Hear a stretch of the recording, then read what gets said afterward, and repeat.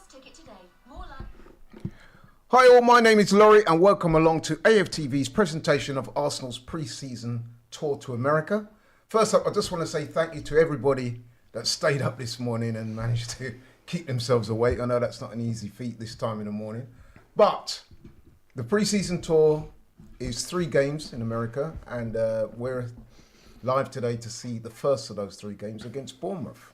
Looking forward to that immensely. The game's taking place at the Dignity Health Park Stadium over in Carson, Los Angeles. That's on the west coast of America. It's home to the LA Galaxy football team, and hopefully we've got an exciting game ahead against Bournemouth, an opponent who Arsenal only know too well. But joining me today, I've got my 2 special guests. Starting to my left, Christian Ty in the building. What are you saying, bro? I'm good, man. How are you? I'm all right, man. Staying awake. As fresh as you do. Especially as you told me that you come from another function, Ellie. Is that right? No, it was just friends. It wasn't even a barbecue. Like, it literally was like 3 of us just having some food. Yeah. But yeah, no, then I went home for an hour and then I came here. But it's 3 a.m. The season is slowly coming to a start. Yeah. So yeah, Arsenal's one of the only things I'd ever stay up this late for. So. Here we are. Here we are indeed. Very committed. Well done. And to my right here, I've got Frank. Frank, how are you keeping today? I feel fantastic. You look well, I've got to say. Thank you very much. You both look well. Thank you very much. I didn't come from a function today. I came straight from my bed, which I was enjoying my sleep. But like Christian said, look, Arsenal was one of the only things I'd probably wake up for at this time of the morning.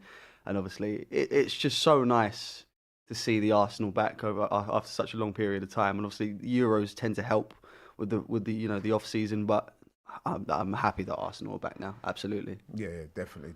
I mean, it feels like non-stop football because I was doing some the Euro stuff for our sister channel DL Sports, and it just seems like football. But you know what? I'm genuinely looking forward to the start of the season, which is just under 3 weeks, and like these games are coming up.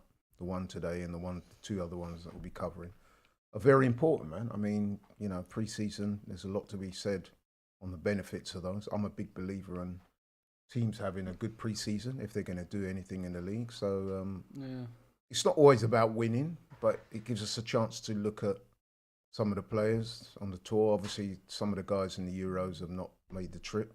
Well, I've not made it yet. They might. I think some of them come out. Well, it's 3:30 in the morning here, so it will be today that I believe some of them start coming out. I think the Copa America especially will start coming out today. And then, like quarterfinal. What do you mean? Place.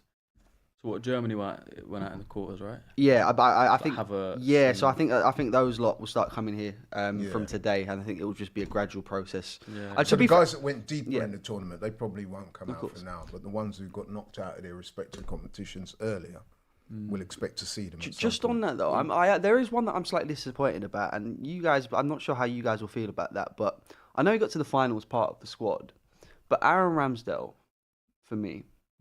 I feel like he probably should have been here. And when you look at the goalkeeping options that we've got today, Carl Jacob Hines starts the game. We've got Charlie Setford, and I can't remember how to pronounce his name. I think it's Nygaard on the bench as well. For someone that, lost his place in the team, this, for me, would show an opportunity for him to get back in the team, especially if you can have a good pre-season. I understand, yes, he's not had a break, but at the same time, he hasn't been playing. Goalkeeper training is very different to an outfield player's training. Yeah. So I just want to know how you guys feel about that as well. I see the point. Yeah. I don't think there's a route back in. I think if there was, a glimmer of hope from Arteta of, if you work hard enough and play well enough, maybe there's a way back in. I think Raya's going to be the number 1. And I think Ramsdale knows that. And it's not a case of, cool, look, if I show that I'm committed and I come back early from the Euros and cut my holiday short and play, I don't think there's even a chance. But just on that as well, obviously, even if it's not even to stay at Arsenal, even to help himself get a move, just to get those minutes ahead of the start of the season. He'll get the move anyway. Do you think? Yeah, he's proven enough. True. It's very true. He was in the Premier League team at the season. I'll be surprised if he's an Arsenal player. Yeah, I don't think he will be. And I think it's sad because he's done so well for us as well. I think he gets a lot of unwarranted hate at times as well. But you think he gets hate? Yeah, I think he does. Not from our fan base, surely. I think he brought on a lot of hate towards the end of his time last season. Yeah, because there was a few mistakes. I understand that. I think so. Really? Every time he played last season, he made a big mistake. Yeah, And didn't. yeah. But I think He didn't put up a fight to say this is why I should be the number one. Of course, yeah. But I think the point that I'm trying to make here is essentially that considering how been a bit harsh, man. I love the guy. Oh, right, I okay. love him. But I think there's being a a bit certain harsh. section of He's a our fan decent base. keeper. Yeah, I think he's a really good keeper. I think I've made this point plenty of times before. I don't think there's any better goalkeeper out of the two. I believe they're both better at individual aspects of the game. But if you was to ask me who is the better of the two, I don't think I could give you a straight answer. But I feel like especially last season, I think that some of the mistakes that he made sort of overshadowed how good he has been for us over the last couple of years. He was a massive part of us getting Champions League football again. He was. Yeah. I'd agree with that. My thing on Aaron Ramsdale that I think a lot of people miss, and I don't know this 100%, but this is my theory on it. I don't think he's the profile of player or goalkeeper that Arteta wants. Clearly. Clearly. Yeah, clearly. But if you look at the reasons behind it, he's done interviews where he says that he can't concentrate for 90 minutes. Yeah. During games, he gets involved with the fans. He pisses do you know what I mean? He pisses fans off. He's a bit childish on the pitch sometimes. It wouldn't surprise me if When you say childish, give me an example of that. you see him turning around and doing all this to the crowd and getting, fans up on people against him and on his back. And sometimes in big profile games, it's not what you need from your keeper. You need a keeper who's got a very clear mind. And he's just going to focus on the game. But they do say that goalkeepers are a different breed. I mean, Frank will know something about that because he's What played are you in trying to say? They What are you do. trying to say? No, goalkeepers generally have a reputation of being a bit, how can I put it, maverick. Yeah. Okay. I'll but say it for you, mad. What modern keeper, maybe 10, 15 years ago, if you look at the Leymans and Schmeichel and all these keepers, they were all a bit nuts. What modern keeper is like that? Because Edison's not like that. Alisson's definitely not like that. Pickford, absolutely. Pickford plays for Everton. I think. I don't He's think England's goalkeeper. he's England's goalkeeper, but there's been talks whether he should be England's number one for a few years. Of course, yeah. I think to be at one of these top, Courtois isn't like that. No. All these top keepers now who are ball playing goalkeepers. What about Emi Martinez? He's like that. And Martinez is definitely like that. Yeah. But again, in fact, he goes even further. He's into the housery stuff. Yeah. But I don't know. I just think the profile of goalkeeper now is a little bit different to what it was 15 years ago. And I don't think Ramsdale fits that for what Arteta wants. So. I hear that. Okay, right. Okay, so there's 20 minutes to go before the official start. As Christian pointed out to me earlier, and he is right. Some of these games, we saw that last year, don't start on time for whatever reason. We're hoping that it does start on time this morning because, hey, listen, Frank's got to go work. I got work at 9, guys. So I got work at 9. We're hoping that they do make a prompt start. But I just want to ask you guys, what do you want to see from these pre-season tours? Is it the result? Is it the performance? Is it... It's a bit of both. Some of the new players, some of the established players, you want to see how they're shaping up? Yeah, well, we ain't got any new players to look at, Laurie. I mean, we should have Calafiori. Obviously, we got the Here We Go from Romano today, so we should be seeing him in a few days, hopefully. But I kind of look at these tours in a couple of ways. I think if you look at Arsenal's last 2 years, we've had very good pre-seasons, and then we've led into the season with a lot of confidence in the fan base, a lot of confidence in the team, and it's what's the word I'm looking for? Gone over into the season. Momentum. We've taken the momentum into the season. The pre-season has been good, basically, the last 2 years. But I also think if you don't have a good pre-season, you don't have to get too worked up about it. No. Like, I don't think Man City last year had a good pre-season. And they went on one. They're not won the having a league. particularly good one this one. They're not, exactly. They lost their first game to Celtic, but they played. I think they had like 8 academy players playing yesterday, and then Haaland and Grealish and Phillips. I do think we have to be clear what we mean about good pre-season, though, because for me personally, I don't think. Obviously, whilst I'd like to see us get a win, I don't think it's essential that we get the wins in these, especially with, for example, the team that we've got. And I might as well run over the starting 11 now. I've got it here from Arsenal. In goal, we've got Cole Jacob Hine, we've got Yuri and Timber, Ben White, and I think it's Aidan Heaven, his name. Miles Lewis Skelly, Thomas Partey, Salah, Ethan Nwaneri, Patrick Vieira, Fabio. Fabio Vieira. Remember him? Yeah. Fabio Vieira. Reece Cost us Nelson. 34 million. Of course, Reece Nelson and Eddie Nketiah. So, it's not the strongest of lineups that we've got available. And again, that's mainly because a lot of the team are still coming back from the Euros and Copa America. And I don't expect us to go and thrash Bournemouth today, who have got a fairly decent squad out. We're looking at Neto, Kirkes, Cook, Fivra, I think I pronounced that right, Solanke, Scott, Tavernier, Sensi, Zabani, I think I've got that right, Anthony and Aarons. So, Bournemouth have got a fairly decent squad out here. And, they're going to be looking for the win. But for Arsenal, well, it's a mixture of, youth and a little bit of experience.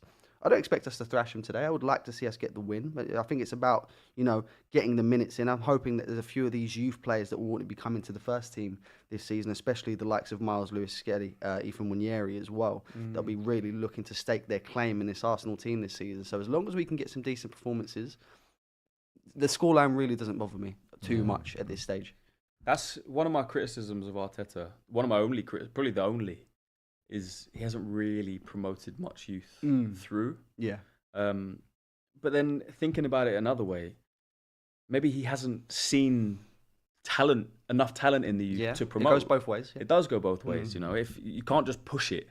I think the one that started was remember Sago Jr. started. Yes. I remember I was at the game when he played. It was in the League Cup against Brentford. I was at that game. He had a decent game. He wasn't outstanding, but he did have some good moments. But that was, I think, the one time last year, over the last 2 years, where he's just chucked someone in. Yeah, I think but you have to really have faith. And I think Nwaneri, obviously, that's what I was going to say. But he got a lot of criticism for chucking. I say chucking him in. He must have seen something that he liked about Nwaneri's game to put him in at such a young age. Of course, he got a lot of criticism for that decision. As well. I think it's difficult, to be fair to Arteta, because the stakes are so high at Arsenal. Yeah, we're expected to challenge for the league and Champions League last season, and the fans, they want to see young talent represented, but they also want to see wins at the end of the day. So there is pressure on the manager, and sometimes that doesn't lend itself to introducing new talent, even if they are good. It does take a bit of bravery on behalf of the manager to trust those young players and leave out more established players. I think next season more than ever it's going to take more bravery, because the pressure on Arteta to win something next year, even if it is just the Carabao Cup, to say, look, we won something. I don't think that would be enough, It probably wouldn't be enough, but it's a start. You've hit the nail on the head. To play youth players, or say you play 5 youth players in the Carabao Cup and then go out in the third round, it's not a good look. So what you've got to remember as well, and this might sound a little bit silly, but we haven't won the League Cup since 1993. I believe that we should be wanting to win a competition like that. I understand in terms of importance, it's right at the bottom of the list, but right at the bottom does not mean unimportant. Because I think, a Carabao Cup is better than no trophy. Absolutely. So I do think we should take some level of seriousness to it. Absolutely. It's interesting because earlier on today, I had a long phone call with a good friend of mine. He's an Arsenal season ticket holder. And he was saying to me, and it's not the first time I've heard this, he was saying, listen, if we don't win something this season, major, he was saying, listen, it's got to be the Premier League or the Champions League, then the manager's position might be in doubt. Now, I know I don't want to put that out there, so listen, don't come at me and say Laurie wants him out. I'm not saying that. But what I'm saying is there are elements of the fan base who are quite unequivocally saying, listen, man, it's something big has got to be in that trophy cabinet this season. I know, Christian, you're maybe not. I see the point. Like, if you come second and then second and then second and then get to a quarterfinal and then semi-final, you're not necessarily going forward. But I don't necessarily think that's Arteta's fault. Like, the football we're playing is it's a very unforgiving world, though, football. Right? It's an unforgiving world, but it's like the way I come from here is we are not favourites to win anything next season. Manchester City are probably favourites in all 4 competitions. Always will be. Champions League, Premier League, definitely. Carabao and FA Cup. Man City, they'll be favourites in all 4 of those. So we have to somehow hope that they either get knocked out or we can knock them out, and we can play well enough to win one of those. But the putting pressure on him to win something or he's got to go, it's like, well, who are you going to bring in? Yeah. Is there a better manager out there that can take over this squad and take us to that next level? Yeah. I think if you can give me a name, then maybe we can have a conversation. But I don't think there is. I don't think there is either. Obviously when it comes to what Laurie referred to there, I don't think if we won something, if we didn't win something, I think it would take something real drastic, not for us to not do in order for Arteta to lose his job. But I do feel like I think the only scenario in which you see him lose his job is if we don't win a trophy and don't get Champions League football. Yeah. But if we were not to win a trophy this season, we finish second or third or whatever, I don't think his job is in danger. But I do at that point think you need to start asking the questions of, we've invested X and Y amount. Why are we not seeing a return? I think that's when questions need to start being asked. But in terms of job security, I don't think he's anywhere near that part of it yet. No, I mean, you're right. I can't see the hierarchy looking to get rid of him. But what I would say, though, based on conversations I've had with various people, based on some of the stuff I've seen online, I don't think a runners-up position next season will satisfy all of the fans by a long way. What I'm seeing is that they fully expect... See, sometimes in life, and this is not just applicable to Arsenal, it's in life in general, you can be a victim of your own so-called perceived success. So you're right, back-to-back, finishing second. We actually pushed City further last season than we did the season before. People are now expecting that incremental next step, which is to win something. And like I said, a lot of people I've spoken to said the League Cup and the FA Cup, whilst it's welcome, doesn't really bridge that gap. They want to see a major trophy for it. Like you said yourself, right, all the money we've invested. So that is a very real probability that there are going to be a section of fans that are really going to be disappointed if we don't get something big over the line. You know what worries me a little bit? I think fans might be looking at it the wrong way. There might be fans saying, cool, if Arteta doesn't win something, pressure on him, maybe he needs to leave, maybe we need to replace him. I think in a year or two, if he hasn't won anything, he might start looking at us and thinking, maybe this isn't the place for me. Maybe I need to leave. Maybe I need my next step. And then players are going to think the same thing. Good point. Saliba's not going to want to stick around for 5 years if we're not winning stuff. Especially when you've got the likes of Real Madrid sniffing 100%. Odegaard, he's captain. Is he going to want to stick around after his next contract if we're going down and we're not winning anything? Saka. These kind of players are going to think, yeah, if Real Madrid's interested, can I go there and win a Champions League? Can I go to City maybe? Do you know what I mean? Like if there's a move on, Arteta leaves, the club's going in the opposite direction. You never know, man. We need to win something, but... It's interesting because if you remember at the end of the last game of the season against Everton, which we won, obviously things didn't quite go our way because City won the title on that same day. In the manager's speech after the game had ended at the Emirates on that last day, he did say words to the effect, I mean, it's obviously not verbatim. He said, listen, second is not what this team's about. Of course. Next season, we've got to, get some... I don't want to paraphrase him too much, but he's basically saying, listen, man, second is not good enough for this club. So he basically said that himself. Yeah. So, he's put that out there. Now you've got and now the fans are running with that and saying, yeah, listen, second next season, not good enough. Yeah, no, I don't want to say not good enough because you've got to remember, not even 3 seasons ago, we were really struggling, and the amount that he has done and the amount he's improved this squad specifically over the last couple of years has been unreal. And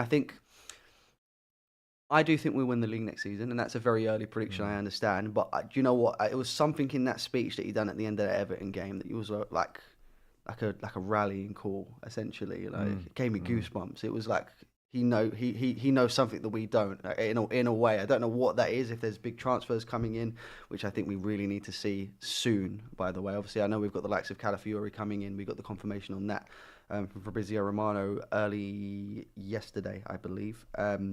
We've got less than a month to go till the start of the season, and I do think we need to start seeing some more faces coming through the door if we're going to even, think about winning. Well, let's talk about that. You've segued nicely onto that because that was one of the things I was going to ask you guys. Just before we get into that as well, though, I've just seen a tweet from Arsenal. Regardless of the score at the end of the 90 minutes this evening, a penalty shootout will take place between the two teams. Regardless of it. Stay up later. Yeah, even better. Why did they do that, by the way? They did that last time. It's a little practice. it's pre-season. It's a bit of fun. Practice, a bit of fun. You know, they love a show out there, don't they? No, And I think you know what? Yeah, You can't. It's hard to replicate penalty shootout environments anywhere else. This is a apart very from good when point. you're actually in a stadium with fans. To put it in a pre-season game, don't get me wrong, it's not the same pressure as a Champions League game or FA Cup game, but it's closer to replicating it than if you're just doing it in training. You know. Yeah. But So what I does it think it's mean a if good a thing to team's do. already won the game? So say, for example, Arsenal win 3-0 today, and then they have a penalty shootout. I don't think they do it to see- I think it's No, I they think don't. it's mainly for the show. Yeah, Really, it doesn't isn't change who wins Obviously, the game. Yeah. They just do it so Yeah. the team can get experience of what Oh, a penalty okay. shootout Of feels course, like in a pressure atmosphere like that. I must admit, for me, it seems like an unnecessary add-on, but maybe I'm being a little bit It does. facetious.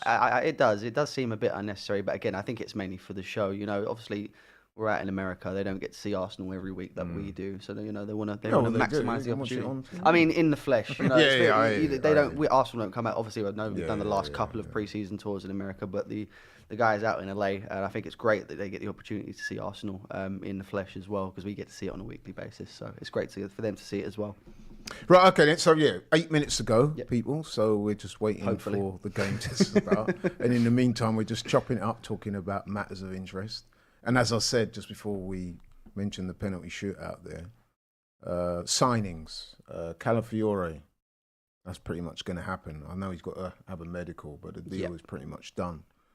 Frank, excited about that signing? I am, and I don't want to say that I know too much about him. Obviously, yeah, I think he had a fantastic Euros, and I believe correct me if I'm wrong, I believe the only game that he didn't play was the game that Italy lost, which I think.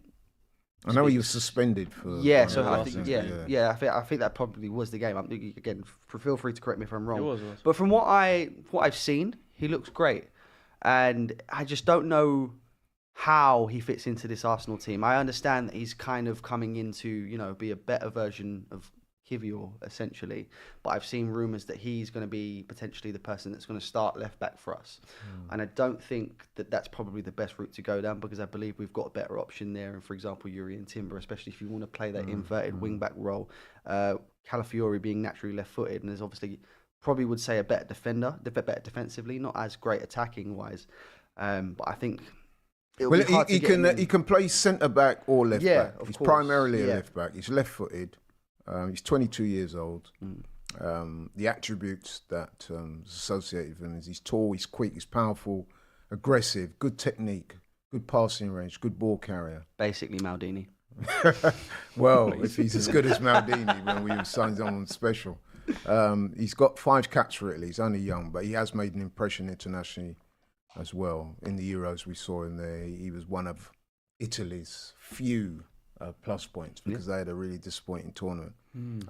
We also know that he helped Bologna qualify for the Champions League.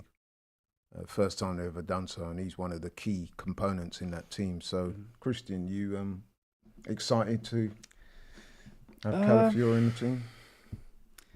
Yeah. Yes. That sounds so convincing. You don't sound excited, I must say. I think it's a good signing. Yeah. If I'm excited to see him play, kind of. Like, I want to see attacking signings. You can only be so excited about a defender. Yeah. I get what you mean. Like- I must admit, you know what, bro? I'm on that because 100%. I said very similar to Christian. People had a pop at me saying that I was being negative. No, I'm saying, no, I listen, don't think you can for disagree me, with it's that. a signing that looks as if, anyway, it will enhance the team. Yeah. But for me, am I going to be jumping out of my seat at the signing of a left back? No. And I'll tell you why. It's because I think that striker situation is the one that really needs addressing. And I do know, listen, I'm not silly. Strikers don't grow on trees, mate. Everybody in the Premier League is after that striker that's going to get you 20 Premier League goals in a season.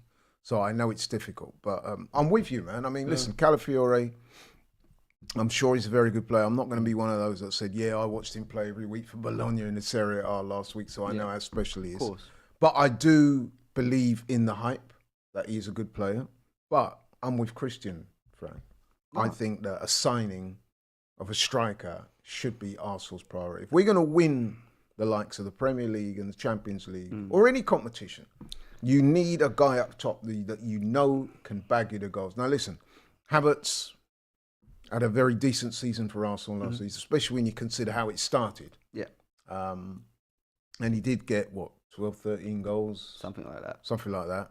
But I've got to be honest, is he that guy that's going to get you 20 plus? I don't think he is. Yeah, no, I don't think he's going to be the person that gets you 20 plus goals a season. And I think pretty much probably about 95% of the fan base is probably of the same opinion. So I do think that striker, especially if they're going to fulfill my prediction of hopefully winning the league this season, it's a must at this stage. But the only concern that I've got at this stage is there's still no real solid links. You know, we've had we've had the whispers of the Osimhens and the Gyökereses and the Ivan Tonys even still, but nothing solid, and that is slightly concerning. Yeah, I'm not sure they're going to sign a striker. Do you think? That would be a worrying non-development. Just out of interest, is that you thinking that they're not going to do it because they've got faith in Havertz, or you don't think that we should sign a striker? What do you think?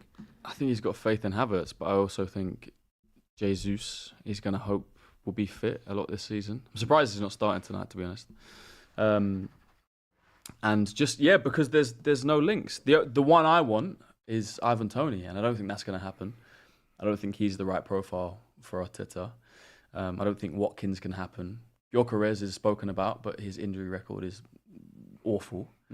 Who else is there? But you know what? The big question. You mentioned. I mean, listen. I just don't. My first choice would have been Isak, Isak, but obviously Isak's not going to happen. He's not going. They're going to want at least 110 million probably, and Arsenal aren't going to pay that. Again, injury record as well. If he had immaculate injury record, maybe it's a little bit of a different conversation. But he's missed a lot of football with Newcastle through injuries. So if you bring him in and he gets injured, you're back to Havertz and Jesus, and then Jesus do you know what I mean? Like, of course. I don't know. It just worries me a little bit, and I don't know if the striker's out. I can't quite get the comments up on mine for some reason. I'm gonna try and. I don't know. Frank will be good at. Yeah, no. So one name that's been being said, and I've not seen any solid links to him. Openda from RB Leipzig, the Belgian striker. I think that would be a decent option. Yeah, more of more of a winger, I'd say. I think he's been playing striker a lot for RB Leipzig. He's a good player. Yeah, absolutely. Harrison Clark says Toney is the same profile as Havertz. Are we in agreement there? I think he's a slightly different, more clinical striker, and Toney. I would love to see Toney at Arsenal. So would I. Technically, Toney is a much better player than Havertz. Yeah, me too. I'm with you on that. It's a much better striker. I'd like to think this is a joke, but someone's saying Anthony Martial. That's definitely not going to happen. Someone's suggesting that we could potentially, not sign a striker this season and maybe go back in for Benjamin Sesko next season. I know he's just signed that new contract for Leipzig. I don't think we can rely on that. I feel like that ship sailed a bit. And again, he didn't really impress me too much in the Euros. Yeah, I'm with you on that. I mean, there's a couple of glaring opportunities. There's the one against Portugal, wasn't it? It cleared through. Yeah. I think a majority of the people are saying, Gyökeres is probably the answer going forward for Arsenal. It's just the injury record, man. 70 mil for an injury-prone player is a big risk. I think the naysayers for Ivan Toney would appear to two things that they often put forward. One is the age, which I must admit I'm not too bothered about age, because I think with players nowadays, 2-3 seasons max, they tend to move on or whatever anyway. And I know there's this thing about the sell-on value. So in terms of strictly business, I get it. But I still think Toney is the type of striker that we could do at the club. Absolutely. Because one thing I like about Toney, he's a good all-round striker. Yeah. He's good in the air, he can hold it up. He's got ability. And we know about his goal scoring exploits. Also, an excellent penalty taker. Absolutely, as we saw. Well, absolutely, yeah. He surprised me a bit attitude-wise in the Euros as well. He seemed just like a proper team player. He was there when he came on for a minute, ended up getting an assist in extra time. Looked like my idea of Toney was a little bit different before that. There was a video years ago when he said F Brentford, and do you remember that? That would be my only concern. That was going to be the two things I was saying: the age, and a lot of people have said, "Listen, this guy seems like a bit of a potential problem in the dressing room." And the way he was, even the disrespect towards Brentford, a lot of people have. He went on the Diary of a CEO podcast. I was a Liverpool fan, but I love Arsenal, and I'm looking for a move. And it's not a way to treat a club where you've just had a ban for 6 months or however long it was. They've stuck by you, put a lot of faith in you, and you're out twerking for other clubs. I just feel like it was disrespectful I and think not the way to go. I think that's about the it. only concern that I have about Ivan Toney. I don't think there's any doubting his ability. I don't think the age thing is a massive thing anyway either. Correct me if I'm wrong, but did we not sign Aubameyang when he was 28 or 26, something like that? So it's proven that Yeah. and for a striker, 26 to 28 is their prime. So we're signing them at potentially the best of their ability. So I don't think, as long as it doesn't go over that 28 mark, you still get a good solid 4 years. I think it's out more of a the sell-on 28-year-old value. striker. That Of course, I about. get that, but we're not looking for sell-on value. We're looking for goals. We want titles. We want goals and titles. It does But look yeah, like I heard as well. Now listen, don't quote me on this because it's just pure subjectivity and pure rumour. Go for it. But apparently there are certain members of the Arsenal dressing room who are not too keen on Tony based on when we played with Of course. Yeah, Kickabout Arteta boys. put the in the past. Yeah, that's reasonable. So things like that may have gone against him, which is a shame because I do genuinely think that he could have been a very good player. And my worry is that he'll go to either Chelsea or Tottenham and do really well for them. I think he does the really likes of well. us three will be thinking, why didn't we sign him? No, No, but I of think he's a course. very good player, and if he came in, I would back it, and I would be excited about that.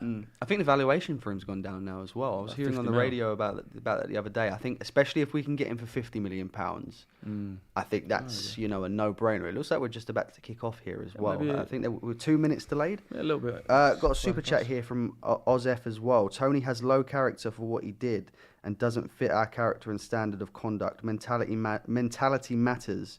We just got rid of bad apples. It's a very good point. Yeah, It is a good point. But I would also say to that as Yeah. well, isn't that what the manager's there for? To manage guys? You can But only do so much. I think I understand what he's saying in the sense that especially you look at the Aubameyang situation as a a big thing. No doubting Pierre's ability, but he just didn't fit the profile of player that Arteta wanted in terms of his mentality and his attitude and stuff like that. If Ivan Toney was to come in again, no doubting his ability, but I can see that relationship souring very quickly. No. That's an issue, and I've just seen obviously the lineup there, the way Arsenal have got it lined up.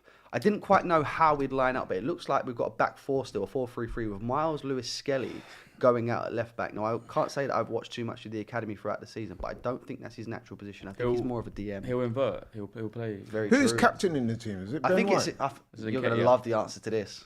Eddie. I'll give you, it's Eddie and Oh, is Nketiah. it? It's Eddie and Nketiah. Good on Eddie. Yeah, I think. Probably- I think he's the most senior. Oh, I say he's the most senior player. Obviously, Thomas Partey's in there. Eddie's been there for longer, of course. Yeah. So that Well, he would be, came up through the academy. of so, course. It looks like now we're on the topic of Eddie. By the way, I yeah, think it's a good let's talk good about it. opportunity Man. to Let's mention talk it. about it. Get him gone. No, listen, I man. can see I'll a put tear my coming cards on down the your eye. table. I've been a defender of Eddie. I'll tell you why. Listen, do I think that Eddie was the answer to our issues up top? No, I don't. However, I do think he was a decent backup. And I also think he's nowhere near as bad as some of the fan base like to make out. I mean, I know, what did he get last season? 5 Premier League goals. 3 of those were in one game against Sheffield United. So, yeah, he doesn't get enough goals. Well, he doesn't get enough appearances and starts. So, yeah, he's not that guy. However, I do think that he's a good player. And I actually do think that he can go on and have a good career. So, him leaving Arsenal, as we fully expect him to do, we expect him to go to Marseille. Actually, he will be replacing none other than Aubameyang, who's off to Saudi. So that's interesting. Of course. But I'm backing him to have a good career. I hope he does, man, because he's been a good servant for the club. I don't think he's a bad player. I just don't think he's of the caliber that we need at Arsenal specifically. Like, I can see him going to a lower level Premier League, or I say going to a lower level Premier League. I think It looks like he's Marseille's off a to good France. move for him. Yeah, I could see him excelling in France. It's not as strong a league. I can see him getting quite a few goals out Watching there. there, Carl Hein in goal. He looks like Yeah. about 17, 18 years old. I How old don't is he, know. Fred? How old's Carl now? He was in the youth academy when Young Guns was about. He was about 8. I think he was about 16 then. Let me just take a look. He looks young. We're about to start. Arsenal going to kick this game off. They 22. do so now. He's my age. I'm actually, wow, that's made me feel sad. I'm actually older than him. Wow. He does look young. And Eddie goes up for a header. we Doesn't go. look Nice to good. see Thomas Partey playing. Man. Yeah. Of course. It's weird. I thought he'd be gone. We say this and he'll pull a hamstring or Yeah, something. he will, Not innit? for the season. Be out till May. Yeah. Hein kicks it out. Good start. straight. Just straight want to out. say as well, as I said before, thanks to everybody that stayed up and supported us through watching. Shout out also to the guys from AFTV that are actually out there at the game. We got a decent compliment out there. Robbie, Turkish, James, Cecil. I think Curtis is also out there. Big up to Curtis. Nice sunny LA. But I want everyone that's watching this to remember who was up at 3:30 in the morning, Exactly. watching the Arsenal from the UK. Us three. Everyone remember that, please. I still kind of can't believe we're doing this. Is there anyone what specific it that is. everyone's looking forward to seeing today? Obviously, I know he's not starting the game. For me, obviously, given it that it looks like he's off, I really think it would be nice to see Emil Smith-Rowe sign off with a goal today, just to say goodbye. Sorry, Frank. I don't care about seeing Emil. I don't Really? care about seeing Emil. I don't care about seeing Reece. I don't care about seeing Eddie. Just because In my opinion, is that what it is? 3 players that maybe Emil Smith-Rowe, no. I think he did have potential to be good enough. Obviously, the injuries. I think Reece and Eddie. Also Just on go the on, attack, Reece. yeah, they're in the There it box. is. Decent cross to the far stick. Oh, For me, those two just never good enough to make it at Arsenal. I think should have been gone last season. But I'm excited to see Nwaneri. I'm excited to see Lewis Skelly. I think big potential in both of those. Especially Nwaneri. You know, he was thrown on at 15 against Brentford, and then we didn't really see him again. So to see him start in the game is good. I think this game could be quite competitive, you know. The absolutely. start seems quite quick, Yeah. especially for a friendly game. With the likes that's of good. Nwaneri and Lewis things like, Skelly just already. with the likes of Nwaneri and stuff like that, though, do you expect a player like that to be going out on loan, especially given Arteta's track record with youth players? I think it's a very crucial stage of his career. He's approaching 17. It depends how high the potential is with these players. Like, look at Lamine Yamal, 16 years old, starting for Barcelona, scoring in the semis of the Euros. starting for Spain. Like, if you're good enough now, at these ages, you're old enough. If you're good enough, you're old enough.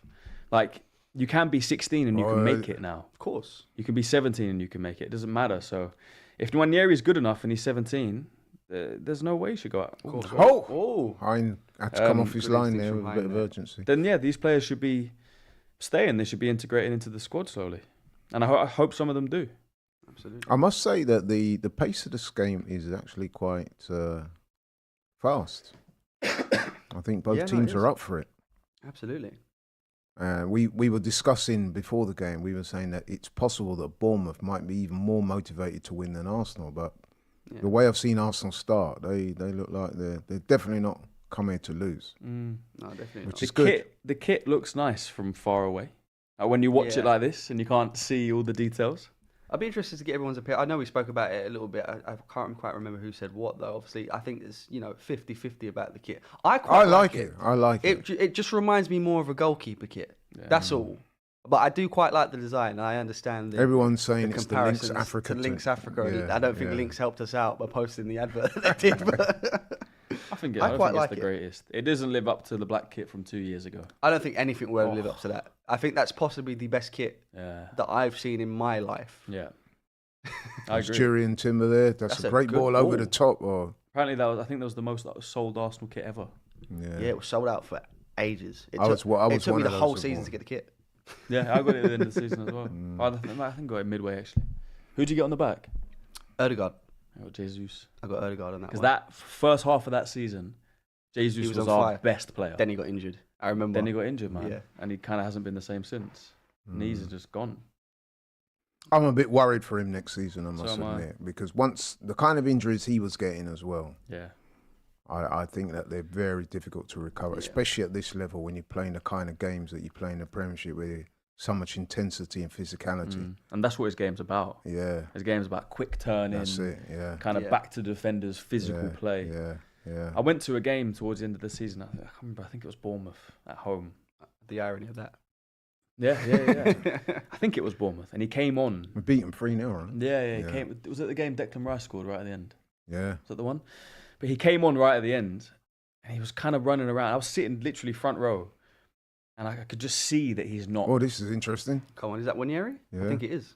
Oh, that's a good ball in for Eddie. Good ball. Go on, Eddie. Eddie. Finish. Oh, good move from Nwaneri. Yeah, It was.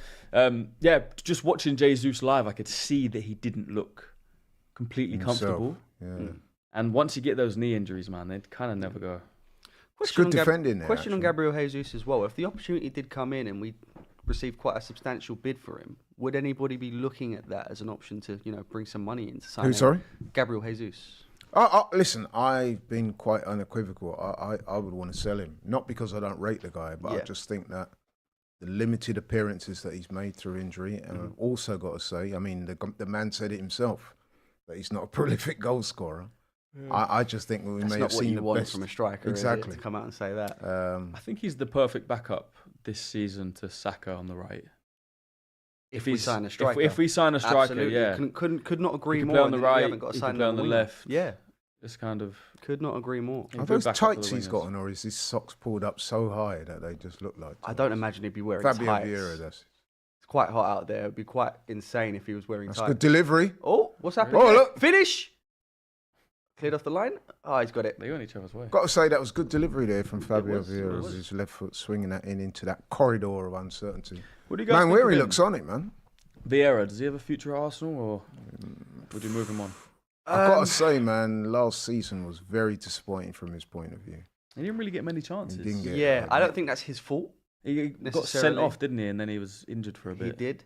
I think that for me, it was a kind of a toss up between one of Smith Rowe or Vieira going, either out on loan or on a permanent. And now that it looks like Smith Rowe is going on that permanent deal, maybe keep Fabio Vieira around just as a potential backup to Erdegaard in the position that he's in. What I would say is that this is a big season coming up for him. I'll tell you is. why I think so. I think there's a few because- make or break seasons. Yeah, this is season, to be definitely a honest. make or break for He Fabio needs to prove Vieira. it. I think he has Arteta's faith, and I think Arteta's willing to give him the chances.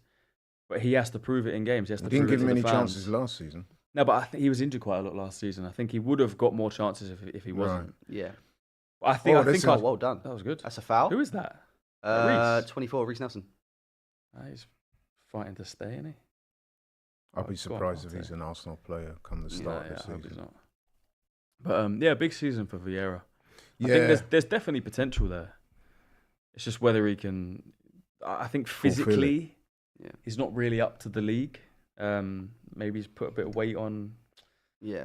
I don't know. He just looks. we know slight, he's he got the gets talent. bossed We've off seen the ball a glimpses of his talent. bit. He does, but But I would agree with you. He does look a bit lightweight. Yeah, he shines in less physical games where he gets space and he can. He needs pick to a bulk ball. up a bit, absolutely. He does. Because the Premier League is very physical, very unforgiving league, man. It And, is. if Actually, you- I remember the game. His best game for Arsenal was Brent. I think it was the Brentford away that maybe the one he in scored. Ranieri. He Yeah, scored. he scored Brentford a away great goal. 3-0. He scored Yeah. a banger. But we had the ball. And he came. Correct me if I'm wrong. He came off the bench as well, and Did he he? still. I think he still got the man of the match Yeah. for that game. I'm It was sure a he weird did. goal. He he didn't know it went in, and he celebrated late. Yeah. yeah. But we had the ball the whole game. It wasn't a physical game. Brentford literally sat off us, let us have the ball, and he shone because it wasn't a physical game. Of course. But if you're playing against, I don't know, a physical team or a better team, Yeah. it kind of seems to fade. Yeah. So yeah, who knows? He's got to prove it. Of course, absolutely. If you remember last season, you've seen Jurien Timber on the ball there at right back. Mm-hmm. The pre-season tour, he was electric, wasn't he? Yeah, Remember? he was our best Community player. He was Shield the as one well. that Played everybody- fantastic. yeah. in He the was our Community best player in Shield. the pre-season. He was. Best player in the Community Shield, and probably our best player in the Nottingham Forest game until he tore his Until, ACL. first game, Yeah. that was unbelievable. Well, Yeah. bad luck. But having him back now is almost like having a new player, like a new Yeah, signing. it is. It's giving me. I don't want to say as much hype, but it's giving me the vibes that we got from when Saliba eventually made his debut. We Yeah. waited so long to That's see right. William Saliba in an Arsenal shirt, Yeah. and then now we've eventually got it. I'm just hoping that he can, really hit the ground running, in a way. Yeah, I'm expecting big things from him. Yeah. I think he'll deliver. Though. But I think he's a very where good do we player. see him playing? Because I think obviously I mentioned it earlier, but I think the plan is to play him off the left as that inverted left back.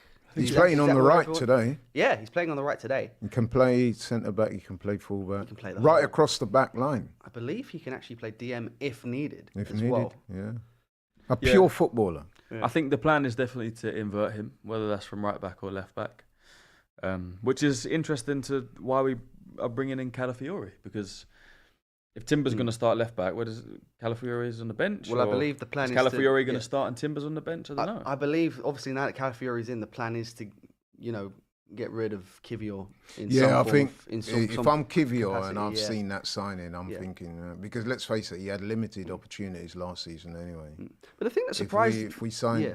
once that Calafiori deal has come through, if I'm Kivior and his agent, I'm thinking, you know what, might be time because I know there have been clubs from abroad that have expressed an interest in Kivior. The thing that notably surprised me about Serie A Kivior, clubs. though, is I think Bologna then came in with interest for him. And I think, correct me if I'm wrong, they got Champions League football, right? Yeah, I was they about have, surprised that yeah. Kivior wasn't interested in taking that route, considering they've just got rid of their, their star asset in a way as well. That surprised me quite a bit. I wouldn't be surprised if he's not at Arsenal Yeah, I think he'll come go. the start of next season. What would your back four be, both of you, next season? I think I'll tell you what, yeah, whoever you name is a very solid back four. yeah. What would it be? Well, we'd have to go for Gabriel and Saliba as your two centre backs.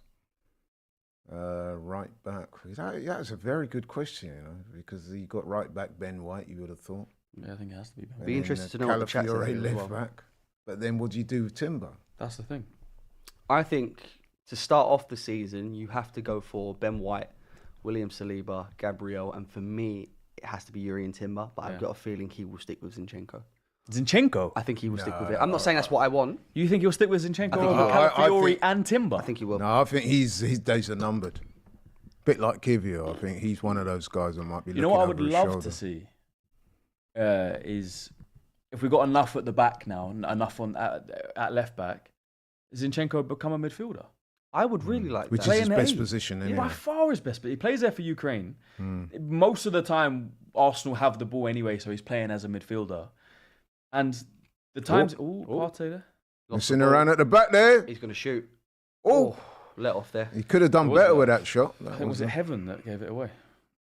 But the times he gets exposed and the fans get on his back is when he's playing left back and he gives the ball away. So if you play him as a midfielder, we know what he can do going forward. He's obviously got quality. Yeah. I'd be open to that. I think maybe there's a spot there for him. We need a left 8. We actually do. I think at the back we're covered. I think midfield we're nice. Like I said, I think they need one more. I maybe. think I'm really liking the Marino links as well. Again, it's not a player that I watch week in, week out, but I see what, I see the attraction I haven't seen to a enough. player like that. I really haven't seen Yeah. enough. It's a tough one. I saw It's him a real score tough for one. Spain in the Euros. Yeah, Plays for Sociedad, right? that's correct. I haven't seen enough. He's 28. Something like that. Doesn't 28, really 26. seem like a profile Arteta would go for. True. But I could be wrong. Maybe. Again, I maybe haven't he's really great. seen any real solid links to a midfielder. this that's is well looking done. interesting. The foul there, That's gotta be a surely, foul. ref. Yeah, Well he's done, giving it. Oh, they are. Fabio Vieira. His A lot arms of look a people- little bit bigger. He They should look like get there. twigs before. He needs to, He needs to get get that on that pure gym. squatting, man. You know what I mean? Build up that You core need to take him strength. to gym, Laurie. Yeah, that core strength needs to. I'm sure he's doing all that. You know what I mean? Yeah, Sometimes, I mean, he might have wiry strength. He might be stronger than what we give Yeah, him yeah. credit for. Usually It's these just that he players looks lightweight. It's like centre of gravity kind Yeah, of strength. Isn't it? yeah. A lot of people agreeing with the opinion about the Zinchenko. Red Eye Guna saying, been saying it for ages, move Zinni to Jorginho's position in the squad. I'd imagine that's coming in off the bench as a midfielder when needed, essentially. Yeah. I'd imagine that's what he means. Free kick to Arsenal in a fairly decent position. How far there. out are we here? Fabio We haven't Vieira. really... Have we really got any free kick takers in the squad? Yeah, Fabio think- Vieira's As supposed in to be like one of them. shooting. Like, yeah. I know this is not necessarily a shooting angle, but I think I remember the stat. I'm sure we haven't scored a direct free kick since January Odegaard. 2022 Yeah. against Burnley. Yeah, Odegaard. Good delivery again good there, delivery. by Game Vieira. finished 1-0.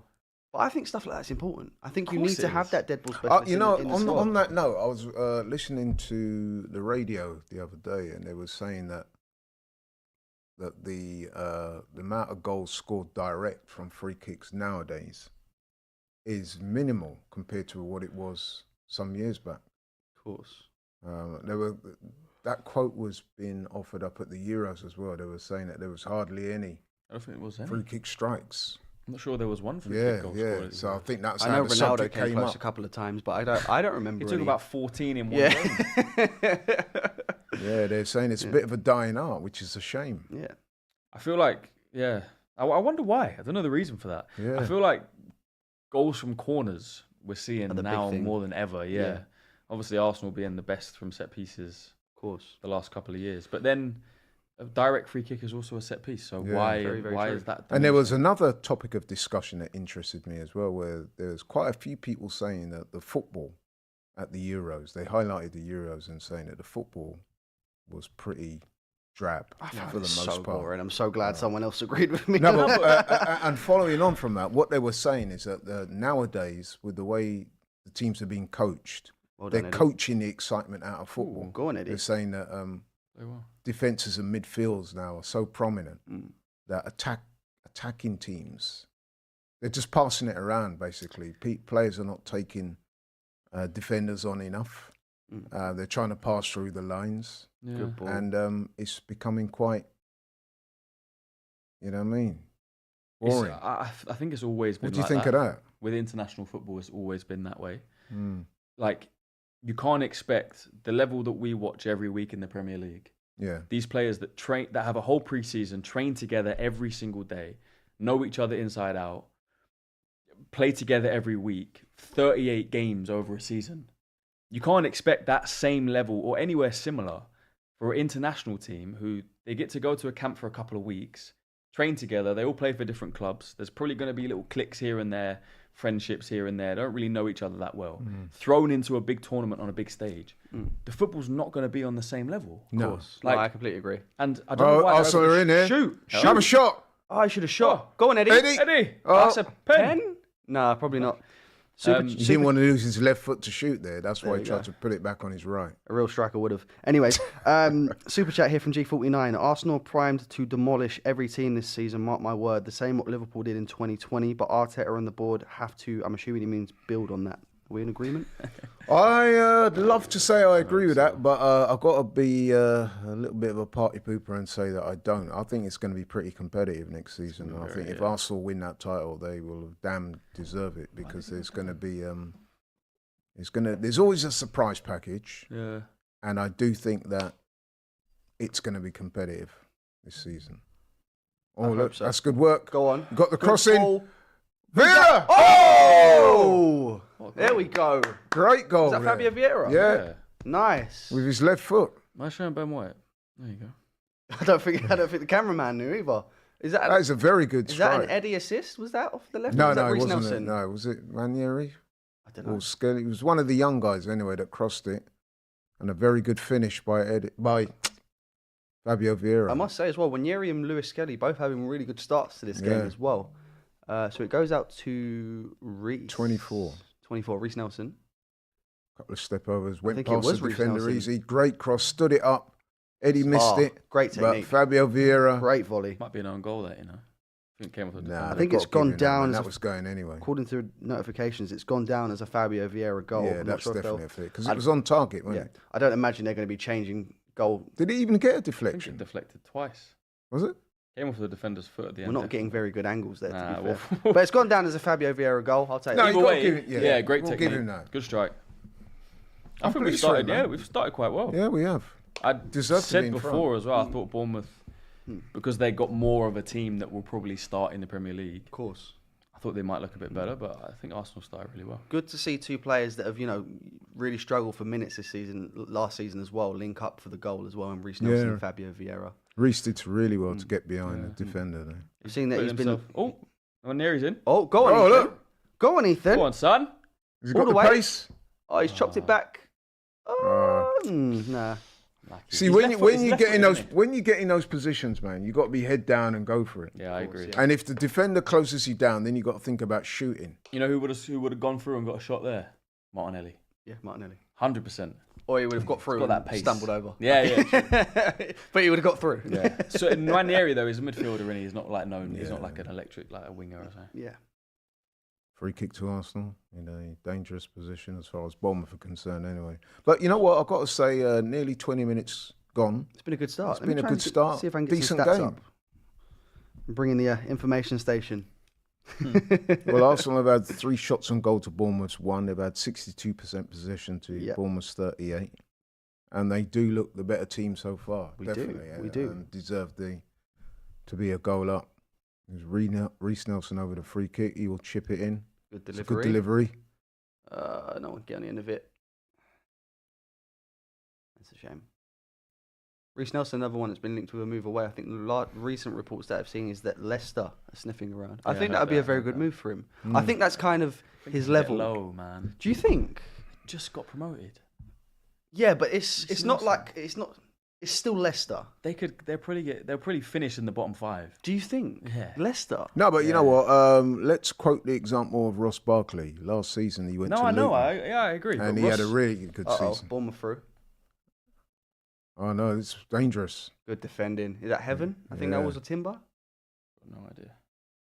It's a good game, you know, It is. end to end. That's got to be a foul, surely.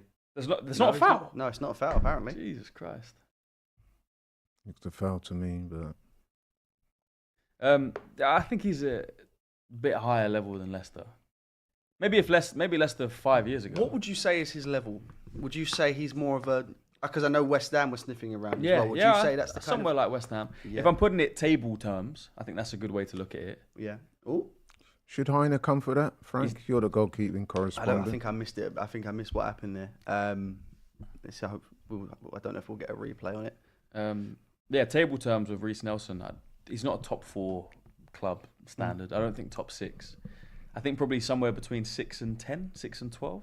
So we're looking at like West Ham's, Fulham's, that sort of maybe a thing. Palace, Yeah. somewhere like that. Brentford. Oh, Brentford. keep that Yeah. straight I out. think I can I agree think with the that. same for United? for Eddie. I think Eddie's probably around there. Eddie's probably maybe 6 to 10, 6 to 8. Do you know what? It's interesting that you said that actually, because I think I remember having this debate with you towards the end of last season. We had lots of debates If you about it. look at the 20 Premier League teams, how many of those 20 do you think he starts in? Who? Eddie Nketiah. Like I said, I think his standard is probably 6 to Yeah. 10, But for example, Oh, the keeper was it a save? missed that completely, mate. which means, in my opinion, he probably starts for 12 teams. I'll tell you what I'll do. 12, I'll go 13. through the list of teams in the Premier League this season. Just give me a yes or no. Does Eddie Nketiah start? So are we saying level-wise or Does, if he because start, of who they have? If he yeah, level wise.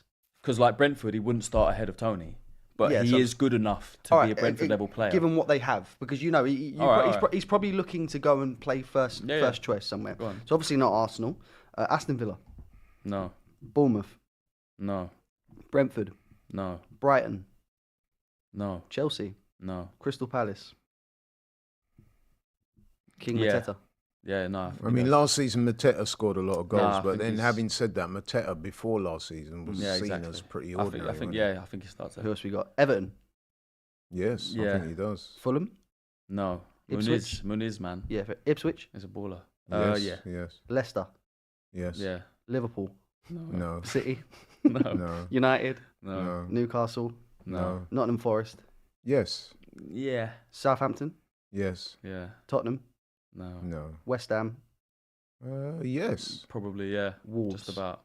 yes. Yeah. So you only really said about 5 teams there. That's the way I look at it. But that's Oh, not look, level. oh, Is that a goal? Eddie! What's he doing? Again, he tried to manipulate onto his right foot Again, instead of that- have a shooting shot? his left. Oh, is that bounced That off an was- Arsenal that was player or is Ranieri. that It's corner? Bournemouth?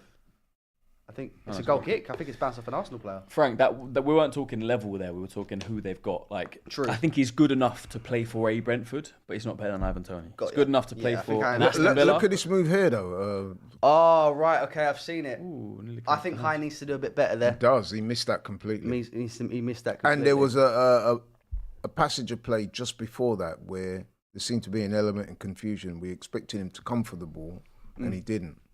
So that's 2 things to flag up there from Hine. Yeah, he's got to do a little bit better there. And I think his intentions this season, if I've read the reports correctly, is we're looking to put him out on loan to get some experience.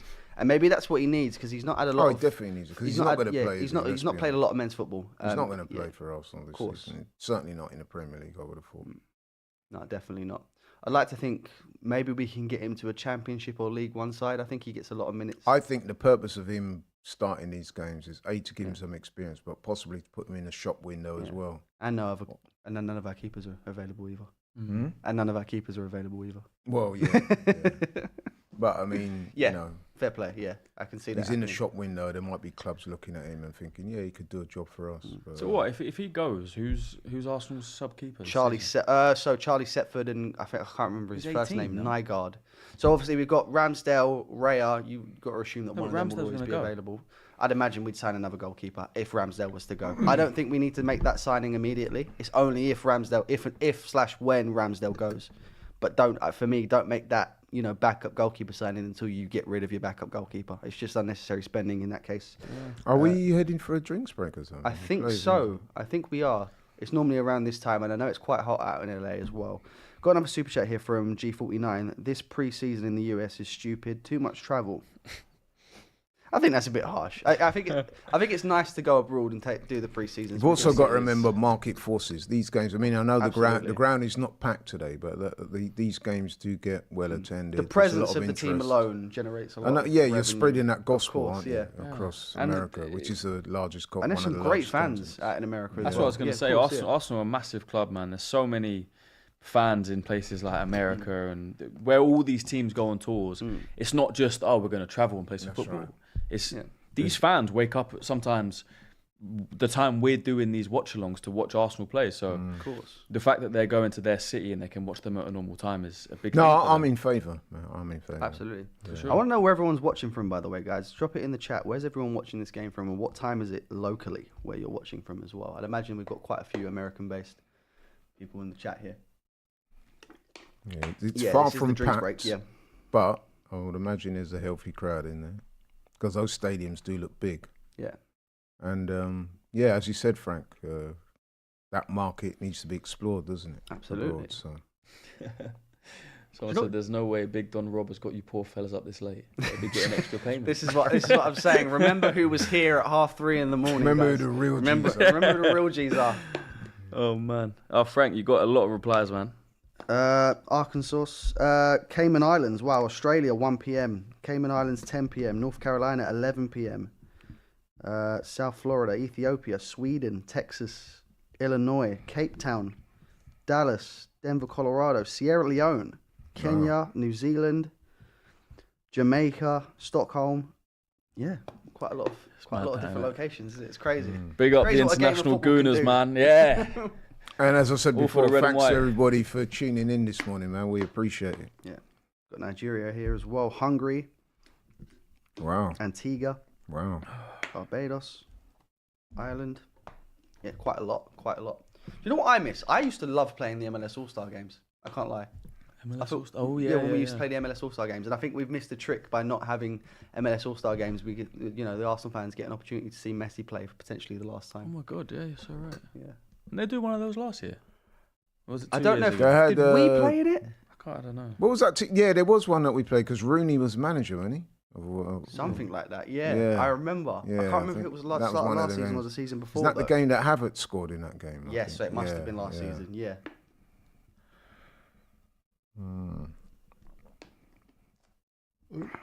Arsenal bopping it around at the back, but then they've won I think it's gone a bit flat over the last 10 minutes or so. Bournemouth starting to come back into it with the possession as well. We've got 57% of the ball to Bournemouth's 43.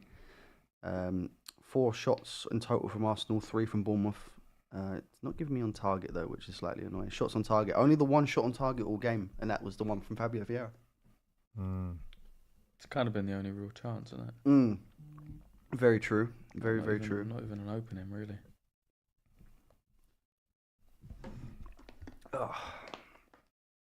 Right, We do tend to do very well against Bournemouth. In the last 5 fixtures, we've won all 5. Of course. The best game I've ever been to is against Bournemouth.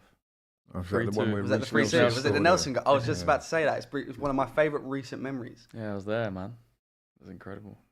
Literally, I was like in line with the shot. Oh, yeah, the Yeah. perfect. So it came view. out to him. In my head, I was like, "Don't shoot, don't shoot." He shot. It's crazy. That was a great. I remember doing a watch along for that, and that was a Oh. great moment. I've still got that video saved somewhere on my phone. I remember that. So I think it's fair to assume that Reece likes playing against Bournemouth because he's having a good game today as well. Yeah, he is. Of course, picking Made up the the assist goal. as well. Yeah. I haven't seen much of any of their players really. Solanke kind of anonymous. Yeah. Yeah, I think the defence have handled him quite well, to be fair. I don't think he's seen much of the ball, really, in terms of touch-wise. Let's see how many touches he's had. Should be able to get that. He's another one. He was linked with a couple of big clubs, Arsenal included. Do you know what? If we get to a stage where we're a couple weeks away from the season and we still haven't signed a striker, I think I'd look at that as an option.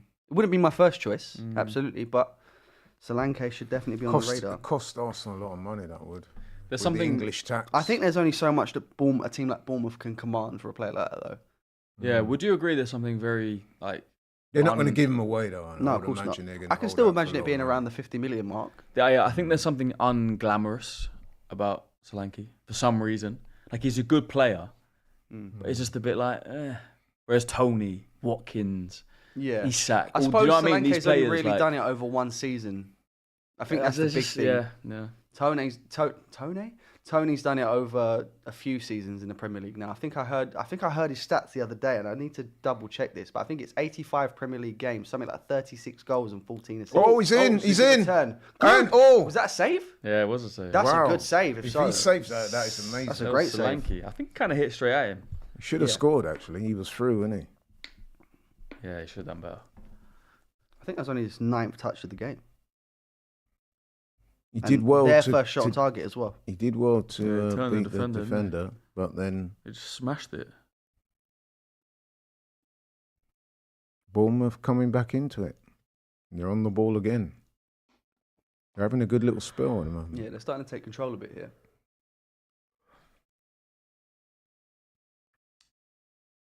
Do we expect to see wholesale changes at half time? Because I know they generally. I think there will be a number of changes in this game. Surprised Are we talking a full 11 or what are we talking? A couple changes to start Maybe off not the half? full 11, but there will be significant changes.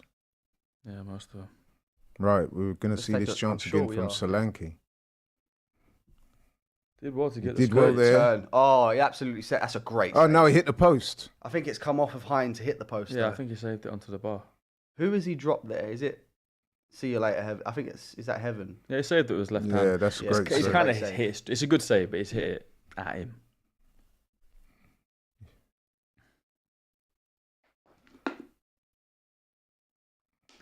Mad, we were literally just talking about him. Yeah, exactly. All of a sudden, he gets a big chance. No, of course, yeah. Let's not talk about him anymore though, because I And don't. he want missed. He missed it. He shouldn't sign for us. He's not going to miss all of them though. That's for sure. We saw that True. last season. Well, it's Oh, nice. he's done well to get out there. Is that Oh, he's still Nwaneri? going.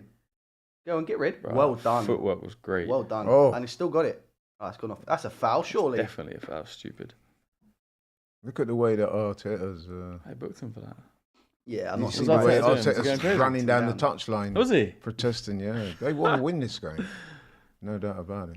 Oh, I love him so much, man. It is a yellow card though. Oh, someone plugged the Mac in. Looks like Calafiori, that guy. Zabani. Does. Calafiori in disguise. Looks like somebody didn't do it. Oh. It's very hot out there. The players are sweating profusely. Eddie, Yeah, so- it's hot around this time in LA, I think. And what's the local time over there? I'm sure is LA. It's on the west coast, 7 so hours behind, it's is a it? long way behind. I think it's. I think it might be 7 hours. And you're right about the heat because I've been to LA a couple of times, man. It does get very hot and sticky out there. It's 8 o'clock out there. 8 p.m. 8 p.m. local time. Yeah. So 8 hours behind. Having a good time in there. Aren't Yeah. they? Probably, yeah, I don't know. I'd like to see us get another goal before the second half. Again, I know the scoreline doesn't really matter at this stage, but Oh, well you know, done. if we're going to stay up till early hours of the morning, I'd like to see more We than one want to goal. see some goals, don't we? You get to see a penalty shootout. Yay! This is promising. Tack down the right. Is there an overlap Go on, shoot, shoot. Bang that. Oh, I should have hit it. Man. Oh, good idea. Good idea. Oh, we've lost that in the middle. Nah, that's a foul. The Partey. Untouchables asking how Lewis Skelly is looking. I think Lewis Skelly's looked really impressive, Yeah, yeah. especially in a position that's not his natural position as well. I understand he's inverting, of course, but he's not a natural left back. I think he's having a really good game. Yeah, a few nice touches. Nwaneri as well, a few nice touches. Yep. I mean, even Aiden Heaven. I know he got turned he a bit got there for Solanke. absolutely He's turned there, absolutely man. dropped him, but he's looked pretty solid so far. I think He's the whole looked back alright, line's yeah. looked pretty good. On the ball, but that's a big moment. He just get turned like that. Mm. Solanke Yeah. had so much space. Oh, this is You know what? Centre backs like that as well. If you look at the guy who came through at Liverpool last year, Kwanzaa. Kwanzaa, like it's not just young attacking players. It can be young defenders as well. So the way I'm looking at these youth players now, maybe it's a little bit unfair, but if you're 16, 17, 18, I'm looking at you to be good enough to play for the first team. Oh, well. No, but seriously, there's enough Don't case want much, studies do you? out there. No, but maybe it's unfair. But I'm looking at Lamine Yamal, I'm looking at Kwanzaa, I'm looking at all these players. Like But even Lamine Yamal, that is a special talent. all right, but look at Rico Lewis coming through at City, Oscar Bob coming through at City. These are players that are getting Premier League minutes and getting goals and assists. Like, yeah, I hear you. it can happen. Oh, definitely. And Like I we want us said- to have academy players that are good enough for it. Yeah, I hear that. However, you're not going to know until they're given the opportunity. That's I true. think This that's is the it. counter This argument. is But it. again, I completely agree with what you were saying earlier. Maybe Arteta's just not seeing that level, like the Rico Lewises. Yeah. It also depends on if you got the type of squad where you can bring those guys in and the drop-off is not going to be too much. Yeah, that's So true. they can have a chance to express themselves without Yeah. No, I agree with worrying that. too much about, you know what I mean? Yeah. In other words, what I'm saying, if you can introduce those players easier at a team like City where you're going to win most of your games. But you know what? I do agree, Laurie, 100%. But there was a lot of times last season where we were 5-0 up, 4-0 up, 6-0 up, Yeah. 4-1 up. You could have had Nwaneri on the No, bench, yeah. Lewis Do you know Skelly what on the game- do you bench. know- You there could have was- brought him on for 20 minutes. There was a Sure. game that really annoyed me last season. It was that last game with the group stage in the Champions League against Lens. I was at the game in a box. I just wanted to throw that in. Bournemouth on the attack here. We won that game 6-0, and we still Oh, had yeah, 5 against Lens. changes at 4-0 or something like that. Yeah, and yeah. it was I thought it was criminal that he didn't bring on the Lewis Skellys. And You know the what I'm Nwaneris. going to say on that, and this is something that I've said continually throughout last season, is that one of the areas of management that I'm less thrilled about with Arteta is that his in-game management sometimes, for me, is not proactive enough. In other words, he waits too long to make substitutions. And you're right, Christian, there were games last season when we had the advantage and you would have thought that he could have brought on players a bit earlier, but he didn't. Yeah, for sure. So hopefully that will improve next season. Hopefully so. I really want to see him start to bring some youth players in, and I think if we're not going to look to play the likes of Ethan Nwaneri and Miles Lewis Skelly, I think there's a certain age that players to get to. Once you start hitting 18 years old, you need to be playing men's football, and I think that's when, if they're not going to be featuring for Arsenal in any sort of capacity, that's when you need to look at getting them out on loan, because I think first team minutes at that age is crucial to a career, because I think what's going to happen is we won't put these players out on loan and we'll miss out on a generation, like essentially a whole generation of talent coming through at Hale End because they're not getting first team minutes at the age that they should be. So I think, I mean, on that subject, we were talking Well done there from about Reece, by the way. subs used and that. Yep. I'm looking at a stat here where Arteta last season only used 60 subs, which is the second lowest in the league. What's the average? And you contrast that with Pep. He used 104. I mean, I know that There you you go. could argue that City's bench is probably around stronger the than average, ours, but even so, there were a number of games last season where I felt that he let things drag a little bit and didn't make substitutions. And we spoke about that, didn't we? Like with A lot. Fabio Vieira, Smith Rowe, Eddie. These guys, even at the business end of the season when we needed goals and things like that, these guys were not really involved. Yeah. So yeah, that's definitely a point to highlight. well, cleared by heaven. I guess the other side of it, right? So my point of when we were 6-0 up against West Ham, why not chuck on Nwaneri? When This we're is what I'm 5-0 saying. Yeah. Okay. Personally, yeah, I would have liked to see those players. Oh, this I good think- boy, Eddie. That's a foul. Thank you. The only thing I can think of from the other side, Arteta's point of view, why you wouldn't do that, is we know he's a ruthless guy, innit? Like, I don't think he wants to get to 5-0 and, let's put a kid on to see how he is. I think he's more, let's get to 5-0, then let's get to 6-0, then let's get to 7-0. You know what I mean? It was kind of that ruthless nature, which you can look at as a positive as well. I don't know, so... I don't know. I see both sides, Yeah. And also, the other end of the spectrum is that there were games when we needed a goal, like, to win the game. And again, he didn't seem to make the changes Of course. until very late in the game. I mean, there were a couple of times, we're through here. Go on. Good ball. Eddie's on the ball. It's going to do nothing. I think you've got to have a shot there. Good Good shot. shot. Good shot. Keeper Super. makes a decent save. Eddie's looked quite sharp today. He Should've laid has, that he off, has. man. And just on Eddie Nketiah as well, obviously, if he is off to Marseille, then we've got quite an interesting derby out there in France. Obviously, Nketiah versus Balogun, Yeah. Marseille versus Monaco. I think we know what side Laurie's going to sit on that derby. No, listen, man, I want all the players that have left Arsenal to do well. Yeah. Like I said, with Eddie, some people saying a bit overprotective of him, but I do think that some of the fan base are a bit harsh on him. We're coming forward again here. Oh, yeah. That's another foul. It's No, quite physical, this apparently game, isn't not. it? Yeah, Bournemouth ain't messing about, Yeah. that's for sure. That's for sure. I think Balogun definitely got the better move out of the two, innit? Sorry? Going to Monaco, lovely, beautiful little place to live. That. Oh, of course, yeah. I don't think, correct me if I'm wrong, he's not had a great season for them, though, has Didn't he miss like 2 penalties in one game? Did he? I think If so, that's yeah. true, No, he that did. is- I'm 100%. He did, for sure. And he put a post out saying, "I'm really sorry." Blah blah blah. Blah. I think they lost the game. Yeah, I don't think it was a good season for him. Balogun's stats for last season. I do want to know that actually because obviously they paid a lot of money for him. Let's see if I can find it. I got it. That's right, no worries. See if you can find that. So 32 games played last season, 8 goals, 7 assists. It's not a bad return. Say again. 32 games, all competitions. 8 goals. 8 goals, 7 assists. That's not great. It's not a terrible return, but it's not what you want for a 35. It's or whatever, under double 40 million. figures, so people Yeah. straight away will think. No, of course, yeah. Look at that. 7 assists is not bad. He had 2 penalties saved, 1 in either half. Oh, that's tough. 2 penalty misses in one game. That's tough. That's real tough. That's not a great stat. No, that's not. Yeah. But I think we've done well to get £35 million for him, to be I fair. think if you're a striker worth your salt, you've got to be getting at least double figures. 100%. Lacazette in that least. league. What did he get last year? Silly number. Aubameyang. 30-odd goals, wasn't it? Come on, man. Yeah. But a lot of Aubameyang's goals was in the Europa League.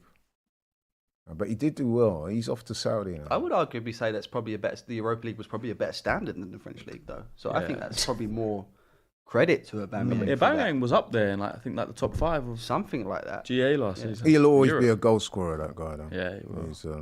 He's, risky back pass there by Bournemouth. Snatch it. Come on. Because if you remember, Eddie, he did break into the England side last season. Did he not? In the he England got squad, he capped, didn't play. Yeah, but so did he Maitland get- Niles. Not last season. 2 years ago. Yeah, I think. yeah. Maybe 3. That's a good ball over. Smith Rowe was in the England team as well. Don't forget Yeah. that. Yeah. Oh, this Scored a is goal good as by well. I remember Bournemouth. that. Yeah, was it 10-0? Yeah, the San Marino game. Was it? Yeah, it was. Yeah. I was mainly looking at the goal, not the team, though. But at least he scored, didn't he? Listen, a goal's a goal. If I scored against San Marino, I'd probably start running around the stadium with my shirt off. You know, a goal's a goal. I don't care who it's Yeah, against. it is. It's good defending there by two. Yeah, It's a decent game, this game. Yeah. Super chat there saying, should we use Zinni in the midfield as a late sub? I see it, man. He's a quality player. He really, really is. I missed a super chat here, a couple super chats here, so apologies if I have missed them. I'm going to try and get through them. Super chat here from Suj N. Big up International Gooners. Games in Australia are between 9:30 and 5 a.m. Champions League games are kickoff at 6 a.m. Big up to the Australian Gooners out Good there. way to start your day, though, isn't it? Yeah, waking up Unless at they 6 o'clock lose. in the morning to the champion. Yeah, but if they lose, Oh, no, it's a nightmare, isn't it? the rest of your day you're That's sitting bad, around thinking about that. genuinely. Whereas us, we go sleep a couple of hours after usually. Super chat here from Grant Chapman as well. Should we use Zinni in the midfield as a late sub? I believe that's going back to what we referred to earlier about Zinchenko potentially taking the Jorginho role in the team. Yeah, I can see that. I definitely can't see him starting in a midfield position in our current midfield. I actually could. Do you think? A midfield of Declan Rice, Zinchenko, and Odegaard. No Partey? No.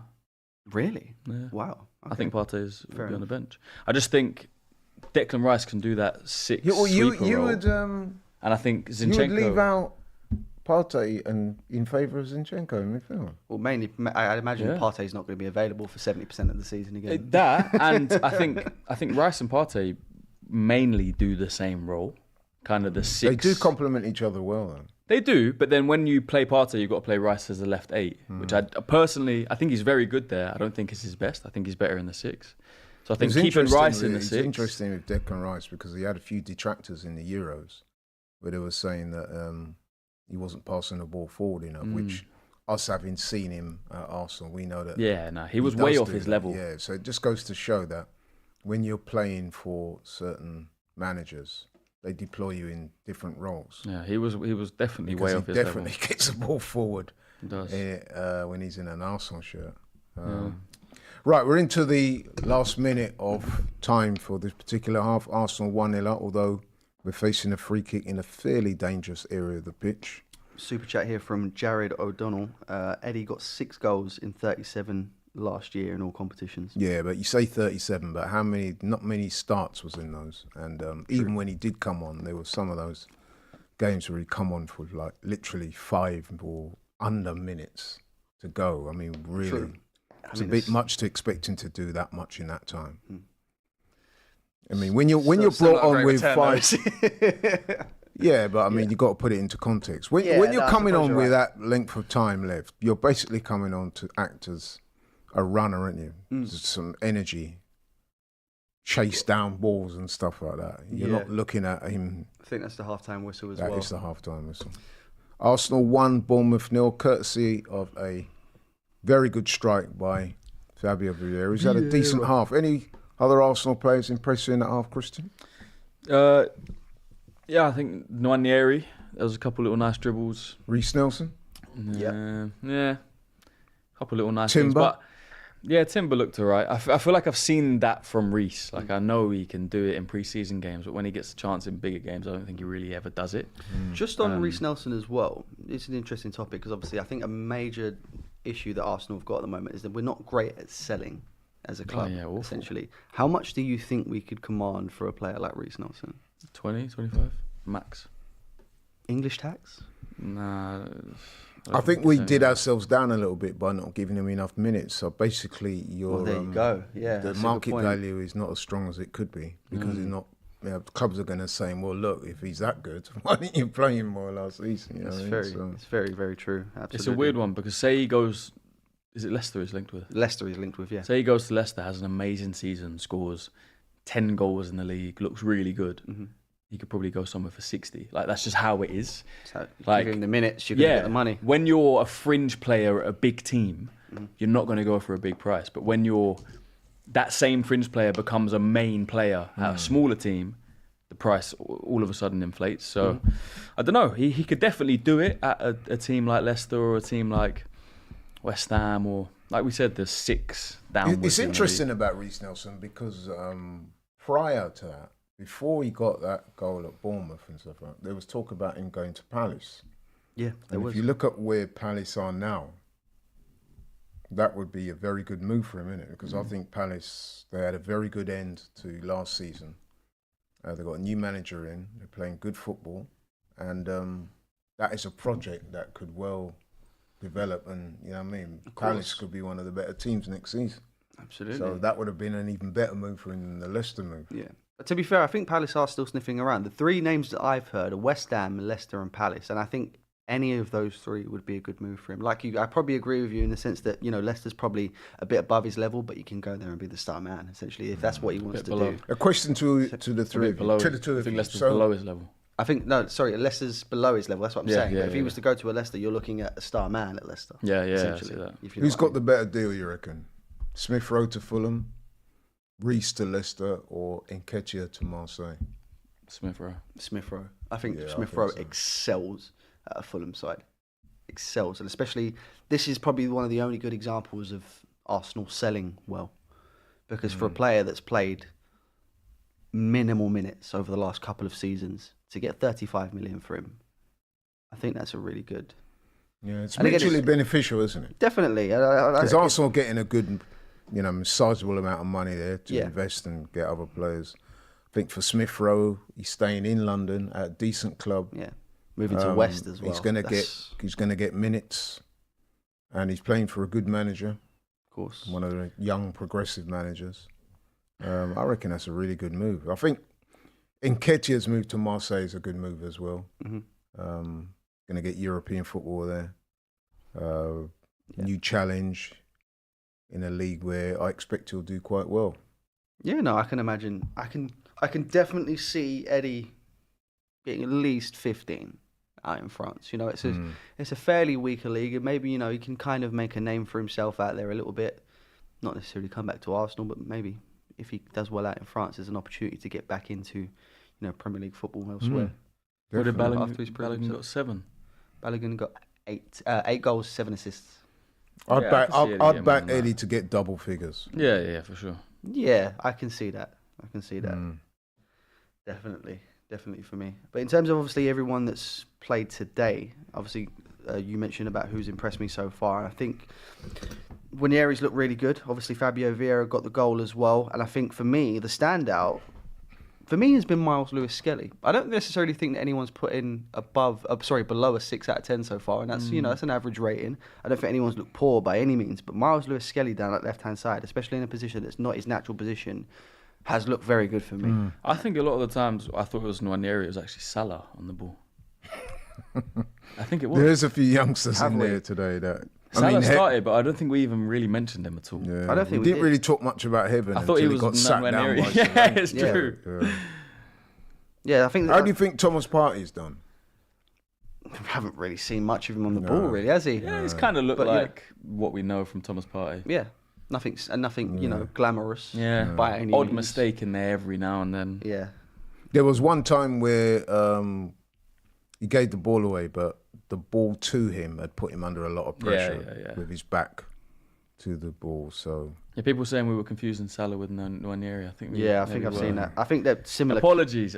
Similar kit similar looking. One's 53 and one's 56 kit numbers there as you well. go, So I there you go. believe that's probably where a bit of the confusion is coming as well. Whenever I was bigging up whoever was on the ball, if it was Salah, Well, regardless, he looked good as well. They look good as well. Yeah. But obviously, it's a pre-season game. We've got a lot of options off the bench. I'm just going to read out all of our subs as well. We've actually got 3 goalkeepers on the bench. I only predict maybe obviously one of them might come on. We've got Alexi Rojas, Lucas Nygaard, I got his name right this time, Tommy Setford, Michael Rosiak, Alexander Zinchenko, Kivior, Rekic, Nicholas, Emil Smith-Rowe, Jorginho, Erdegaard, Jimmy Gower, Gabriel Jesus, Leandro Trossard and Charles Sago Jr.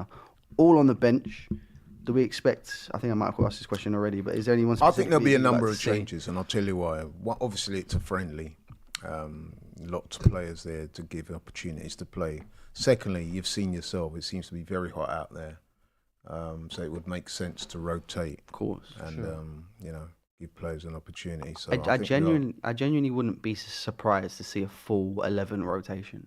Yeah. The half time. Yeah. Maybe not in one go. I think you could see that. I'm sure we've seen that a couple of times, or maybe that's just me playing Football Manager. But, we'll see. I don't know. I think Arsenal want to try and win it. So I think the subs will be introduced incrementally rather than all at once. Very true, very true. But there's still obviously quite a few strong options coming off the bench there in Erdegaard, Jorginho, Zinchenko specifically. I would imagine we'd definitely see the likes of Trossard, Jesus, Yeah. Odegaard. Did Trossard and Jorginho, they both got to the last 16, right? They did, and they're back. So did they join the tour late, or were they there from the start? No. I think they We were only definitely flew there. out a couple of days ago, didn't we? So I think Yeah, they were well there back straight away. by then. Well back by then. Yeah, I wonder if they're up to it yet. Those guys probably want to play. I mean, the likes of Trossard, he had a pretty disappointing Euros, didn't it? Belgium were pretty Yeah, poor they in had a those tough. Euros. They had a tough one. Obviously, Odegaard didn't go. That's why I thought it was. Kivior surprising. went out in the group stages. Poland. Yeah, Poland. Zinchenko likewise. So yeah. Got a super chat here from Bog Roll Patrol, which is a great name, by the way. What was that? Bog Roll Patrol. It's a great name. How many games does Winieri get? Let's try that again. How many games Winieri going to get? Do you think? Throughout the league, just all competitions. We'll spread that too. I don't think we see much of him in the league. I think he gets 2 games, maybe 3. Oh, it's tough, isn't it? That's the life, man. What is he? 17? Is he 17? I or think it 18 now? depends. now? I think it 17. depends on how we're doing, man. Because, like I said, He's 17. Yeah. I think This- maybe he gets a couple of sub appearances in the FA Cup, Carabao Cup. yeah, Maybe I don't 5. I don't see him figuring many games. Judging on last season, even if we're 5-0 up, he's not going to come on. Mm. Because Arteta just for some reason doesn't want to do that. No, of course. Talking to young players, there was a guy I wanted to mention. I was going to ask you earlier. It seems like a good time to mention it now. It's at half time. Chido Obi Martin. This guy. We were talking earlier on about strikers and, the need to sign strikers. Now, this guy was putting up phenomenal numbers. Yeah, scored 10 goals in one game against Yeah. I mean, I know he's 16, 17? 16, I don't even yeah. think he's 17. 16, yeah, he's 16. Yeah. You were talking earlier about, if they're good enough, they're old enough. Yeah. So are you somewhat surprised that Arsenal, having seemingly discovered a goal-scoring sensation, has now let him go? No, well, from what I've seen, Arsenal did everything they could to keep him. Offered him a new contract, apparently a big contract. Matched, I think, what Bayern Munich had offered him. I think Man United. Apparently, he did a tour of United's training ground. I know Bayern was sniffing around as well. Apparently, that's where he's going to go. I hope that's where he's going to go. I hope so. Because I don't want to see him in a United shirt. No, neither do I. So why what are they offering him that Arsenal couldn't offer him? That I don't know the answer to makes that. him want I don't to go think on? any fan at the moment does.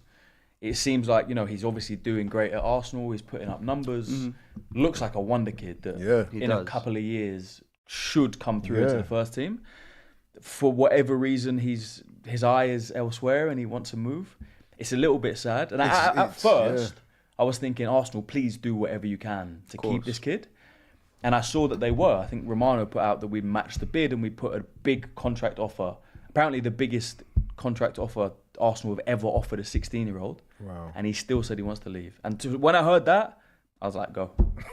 No, for real. If you don't want to be at Arsenal, that's true. You're going and getting tours of Man United training ground, or you want to go to Bayern Munich, go. But did it make you wonder, though? You must have thought, why is it? I mean, if you've offered him this increased contract and clearly the club want him to stay, what do you think might have influenced him? Maybe it's to family wanna leave? influence. Yeah. Because I doubt this 16-year-old kid is like, I really want to. Maybe he does really want to. And also, just on that, could be family as well. We've spoken to it a lot throughout the stream today. Maybe he just doesn't see a pathway through to the first team. Obviously, there is. Surely there is. You say Arsenal that. are dying for No, a of striker. course, I understand what you're saying there, but maybe he's looking at the likes of, Winieri and Miles Lewis-Skelly that have been trying to break through for the last 2 years and haven't been able to under Mikel Arteta. Yeah. Maybe yeah. that's what he's seeing, and I Maybe he sees understand that he's not going to get minutes. This is what I'm saying. But and of course, don't get me wrong, he's definitely not going to get minutes at a Bayern Munich or a Manchester United at this stage either. But maybe they're offering some sort of assurances that he'll get minutes out on loan or something like Possibly. that. It's a possibility. And But what? He's an interesting guy. yeah. I don't see him breaking through. Sorry. Yeah, go ahead. I don't see him breaking through at Bayern the next couple of years with Harry Kane and strikers they're going to bring through. Yep. Like, they don't bring youth team players like that through at all. Of course. Like Bayern buy stars and stars. Man United have got Højlund there. They've just signed Joshua Zirkzee for £70 million. I don't see a real route there. They've literally got 2 strikers for different competitions. So I don't know. If anything, out of those 3 clubs, Arsenal is the one where there looks to be the most route for a young striker. The fact that he's turned down this, did you say it was the highest amount they've ever offered a 16-year-old? Yeah. That to me makes it seem that is a footballing decision. And I kind of respect him for it if that is the case, because it's clear that he wants to go and play somewhere. And I don't know what assurances he's being given. If you look at his direction of travel as well, I'm interested to note that internationally, for example, so pretty sure you guys know, maybe you don't know, but he was actually born in Denmark. Was it Grew Denmark? up here, He plays for Denmark. Yeah, but exactly. So he plays for Denmark, but he has represented England. Is it Denmark or Norway? Denmark. It's Denmark. Okay, that's fine. So he's eligible to play for Denmark, Nigeria, and England. It's quite a mix. He actually did play for Denmark and then played for England and then went back to Denmark. So he's not clearly declared. He's a guy that, he's quite driven. Uncertain. No, you could look at it like, he's such a talent. He's thinking, look, man, if it's not quite working out for me here, I'm not afraid to trust myself and go elsewhere. Of course. But he did come on the radar because his goal-scoring exploits have been phenomenal. Laurie scored 10 goals in one game against Liverpool. I know. Not against a League 2 Charlton or someone. Liverpool 10 goals got against a very Liverpool. respectable academy as well. Crazy, man. Absolutely. We do have a Susan. Could it be that he doesn't see a viable pathway into the first team? This is what I'm saying. I think this has to be what it is. Whereas the other teams have said, look, mate, you will play. Yeah. But how is he going to play? Like, I just went through. United Loan. just signed Xerxes. They've got Højlund there, who's a £70 million player.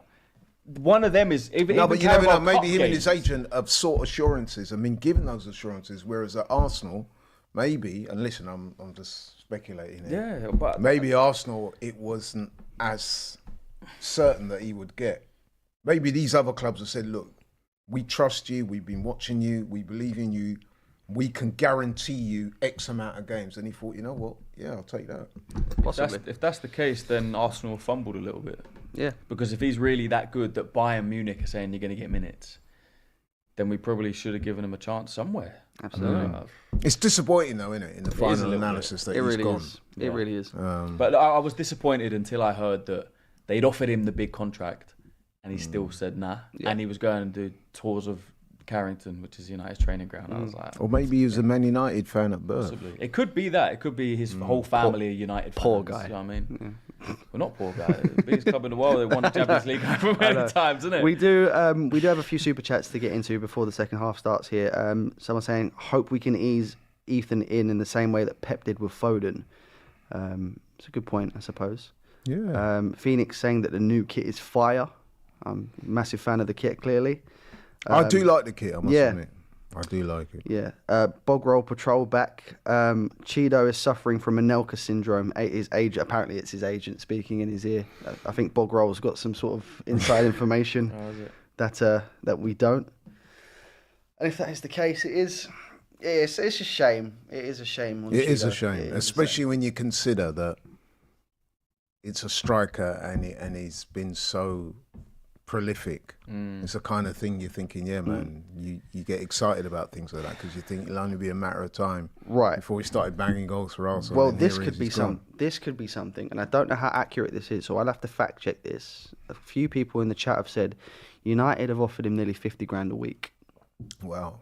And I'll have to fact check this because that doesn't sound right to me. You But never know. if that is true, at 16 years old, It wouldn't surprise me.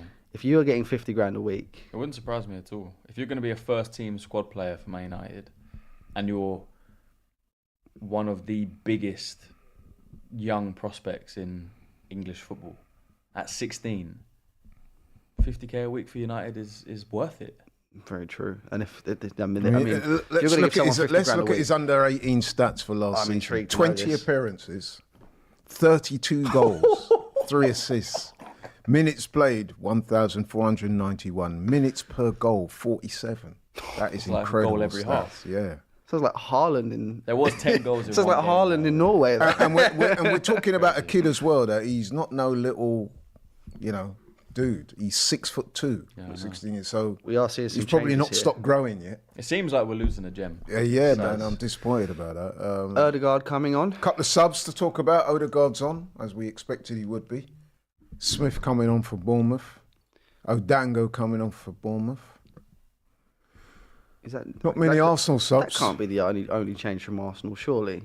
Not just the one. Yeah, I was going to say, Frank, your prediction of a clean sweep 11 is looking rather Yeah. forlorn. Thanks for bringing that up. Yeah, I don't think that would happen, Frank. It is just. It is. That's not the Arteta way, though, is it? That's is- what me and... He usually keeps it till like 60. Yeah. 55, 60. It is just the sole change, by the way. It's a straight swap Salah for Odegaard. We didn't even get to Just talk one- about Salah before he was Nwaneri the whole time. I know. Big up. I want to watch his highlights back because everyone. Oh, that's a nice bit everyone of was skill picking there him by Ben White, but he's giving it away. up. Someone just said Balogun 2-0.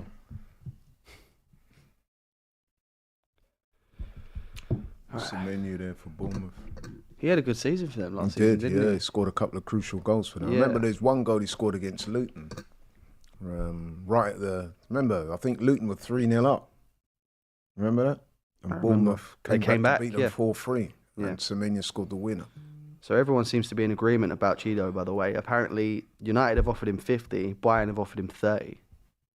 So I'm assuming Arsenal offered him like 15 or 20. Which is Yeah, more, because than, we're- which is we're- more than we're saying- reasonable for a 16-year-old. Yeah, we're saying it's the highest ever amount of money offered to a 16-year-old, but what was the previous? Yeah. You know what I mean? Probably not Could have been a big, fairly low figure. Yeah. But then it's the way the market in football's going now, man. If It you want is. to keep these young stars, you Gotta have to give pay them the money. You have to pay them big. And we bucks. also have to remember as well, Bournemouth are in here.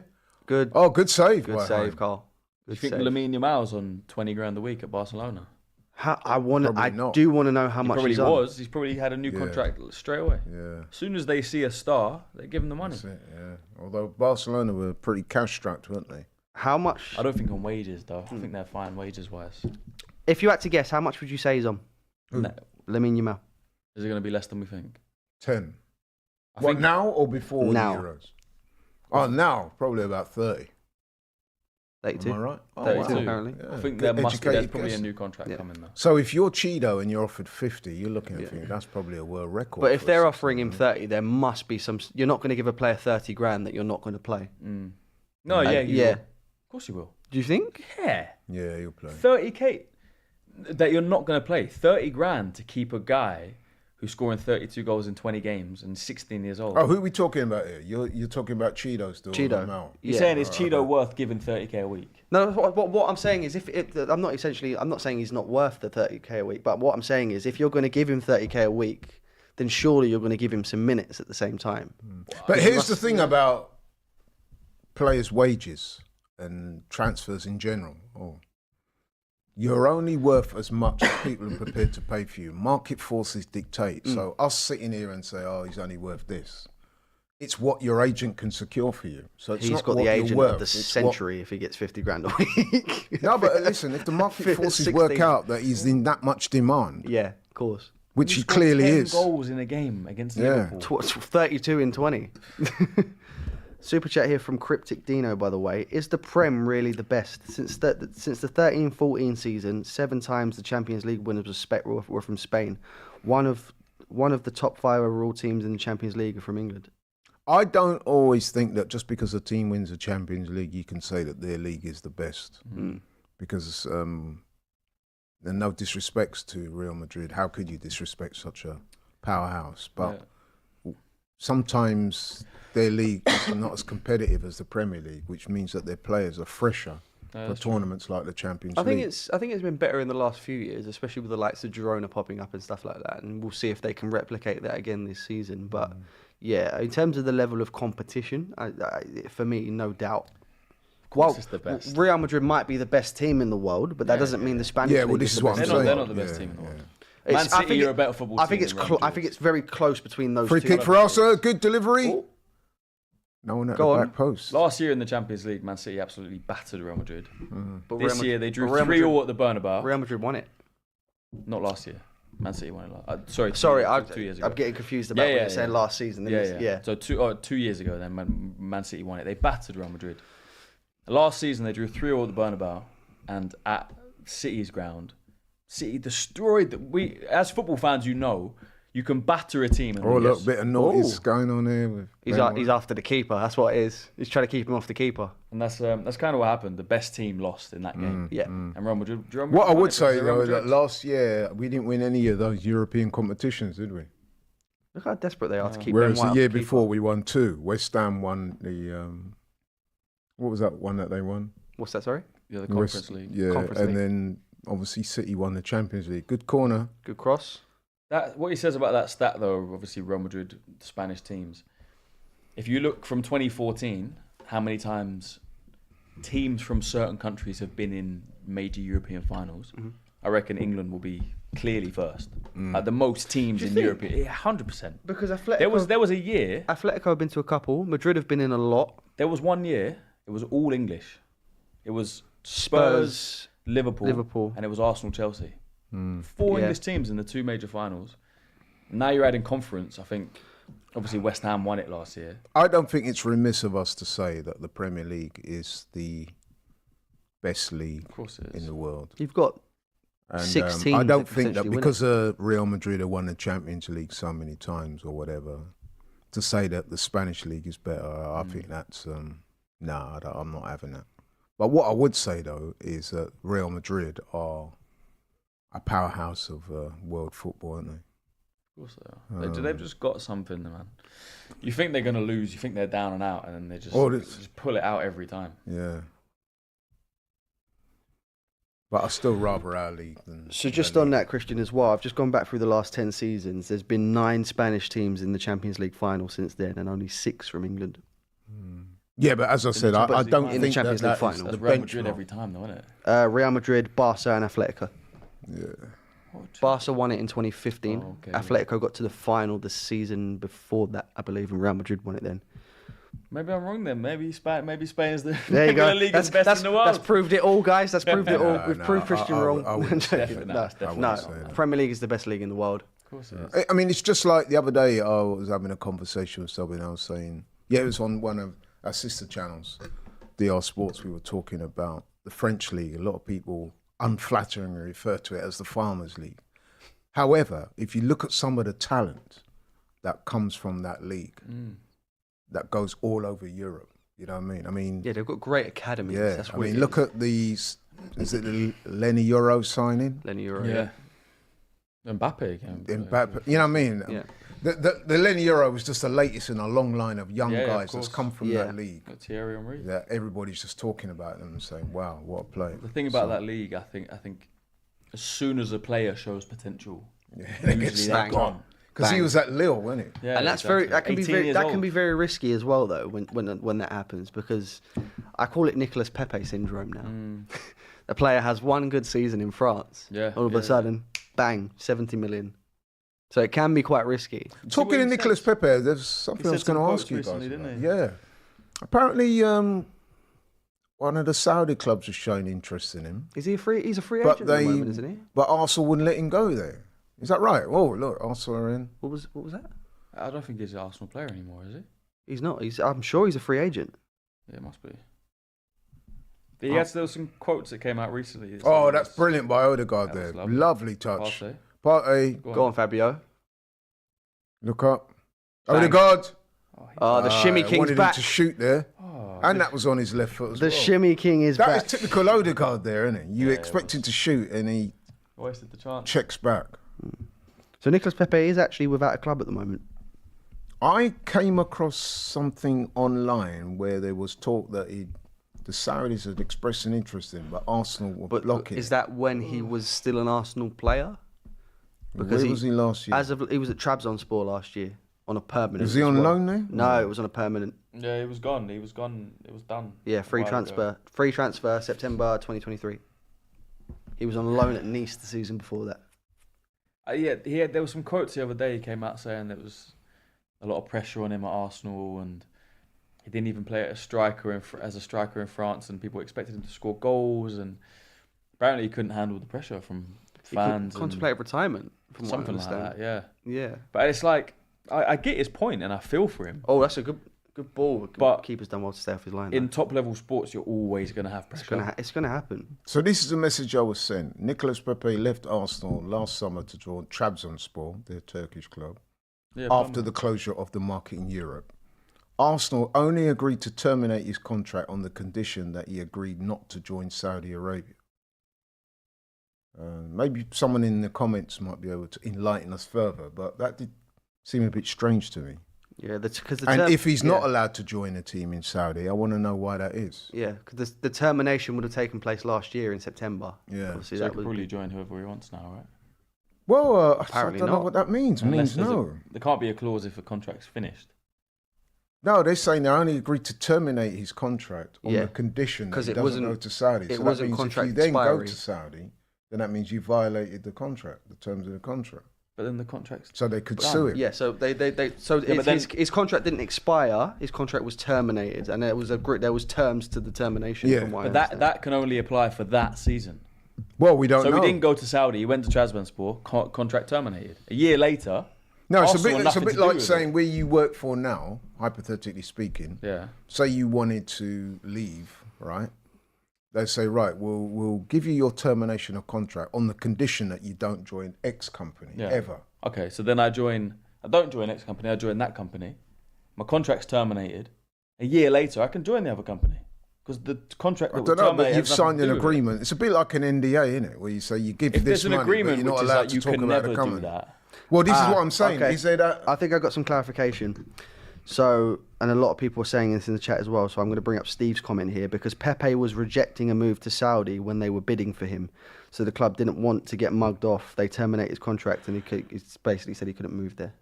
Sorry, say that again. Right. It's So, a bit early in the morning. in a nutshell, they said while he was under contract at Arsenal, he was Right. rejecting moves to Saudi Arabia. So when they Okay. terminated his contract, they said to him essentially, "You can go for free. We can terminate your deal, but you're not going to Saudi Arabia." Oh, I see. So right. he refused. But is that legally binding then?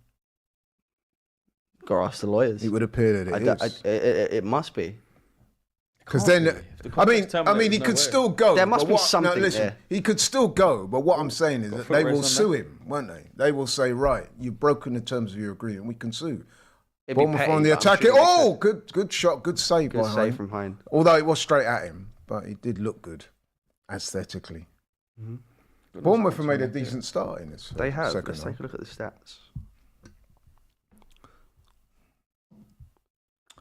Eddie trying to be Sums be up clever. Eddie Nketiah, man. What's he doing?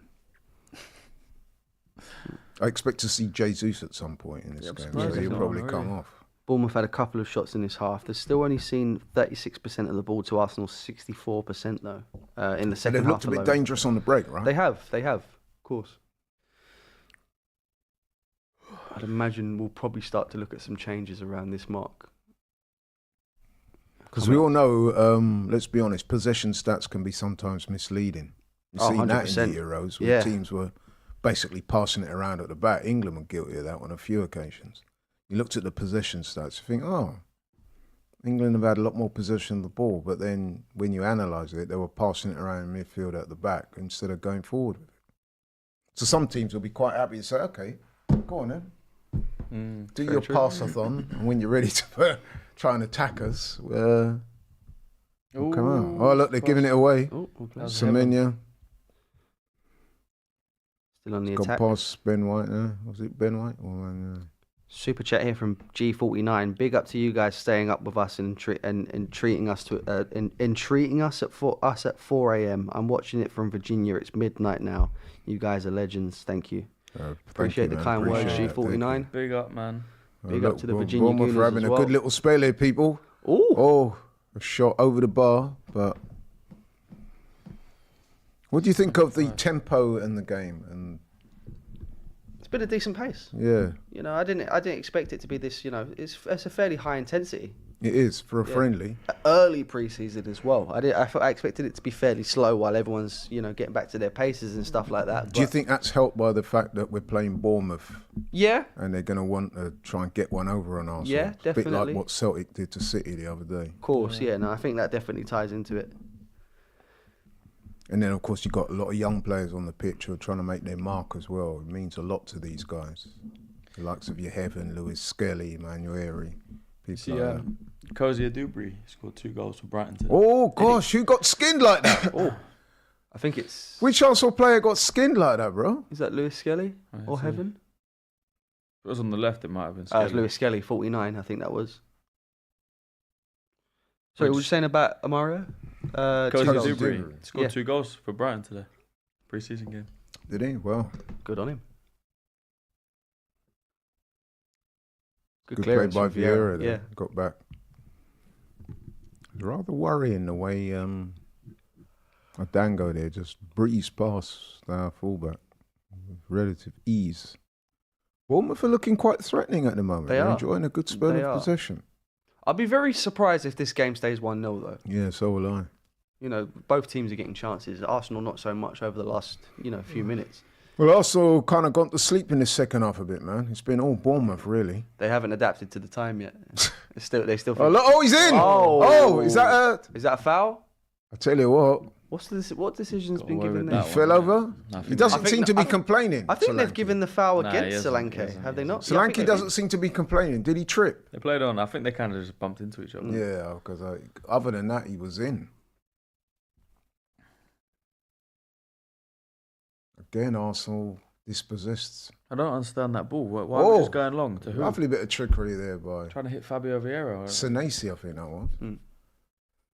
Another player that had a pretty decent season for them last year, if I Yeah. remember correctly. It's all Bournemouth at the moment, people.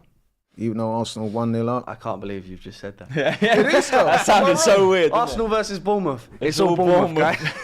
guys. No, but at this last 5, it? 10 In this minutes. thrilling Yeah. pre-season friendly we've got, it's all Bournemouth. I think it was Skelly who got skinned on the left. Yeah, I think it was. Yeah, by Odango.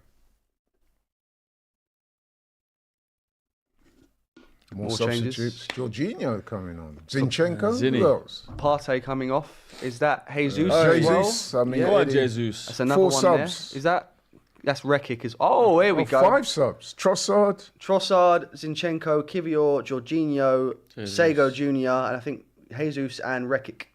Is that Rekic, the big guy? Omar Rekic. Was he defender? Yep. Partey's Centre off back. for Jorginho.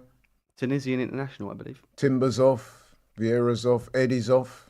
Much to Don't cry. Frank's disappointment. Don't cry. That might be his last ever appearance. Yeah, for that could be Arsenal. his. No, I'd imagine he plays on Saturday yeah, against yeah. Sunday or against United. Sure. Possibly. Oh, Possibly. see, Gabriel Jesus. Just saying, could be. Yeah. Still no Emil Smith Rowe though. Yeah.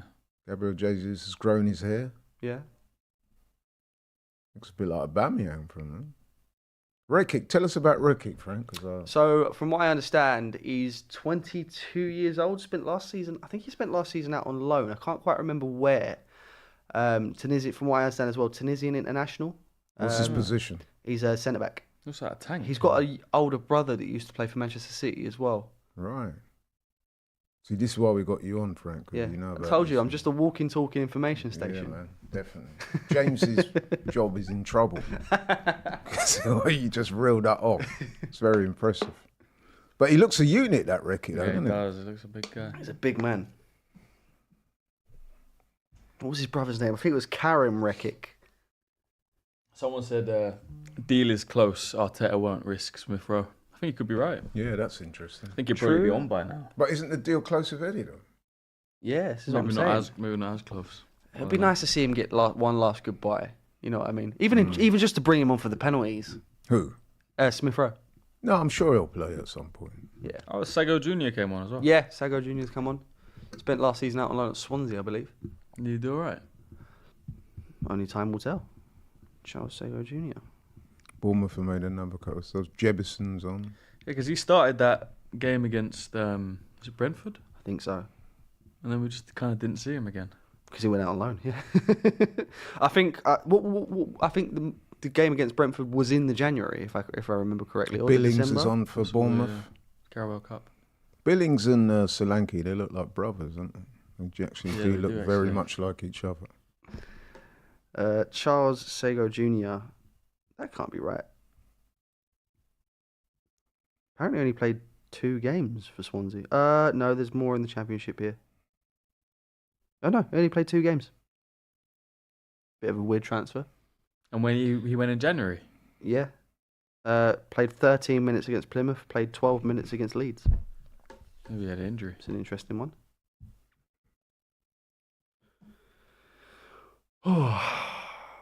Where's Zinchenko playing in midfield then? It looks like it. Yeah, he's inverting. You see, there's no left back. Mm. Come on, Charles. Charles Sago Jr. Always let that Has he run kept that out. on? No, it's gone. Coming up to 5 a.m. I'm definitely going to fill this in. Well, I was about to say in the morning, but we're already there. We're definitely there. Yeah, Frank's got commitments at 9, so big him up, people. Oh, God. Looking forward to that. Come on, Arsenal. You're only saying that because your boss is watching. aren't Yeah, you? my boss is up at 5 o'clock watching me, yeah. Oh, what's happened there? No, he's done all right. Someone slipped. Oh, that's good. Oh, that's Jorginho. I'm trying to figure out. Oi, go on, Charles. Nice feet there. I was surprised about Cozy Dewberry going to Brighton. Yeah. Does he look like he had the potential to be kind of Saka's? Again, I think it Backup. just follows the, not seeing a direct pathway to the first team Yeah. route. He was like a bit of a Saka clone, though. There was a lot of comparisons. Hmm. A lot of comparisons. I saw him play. There was a friendly that we played. Oh, look. Ooh. We That was played a a bit friendly dangerous. at the Emirates. I can't remember who it was against, but he played and he scored. But I guess you've got to trust these guys, isn't it? Mm.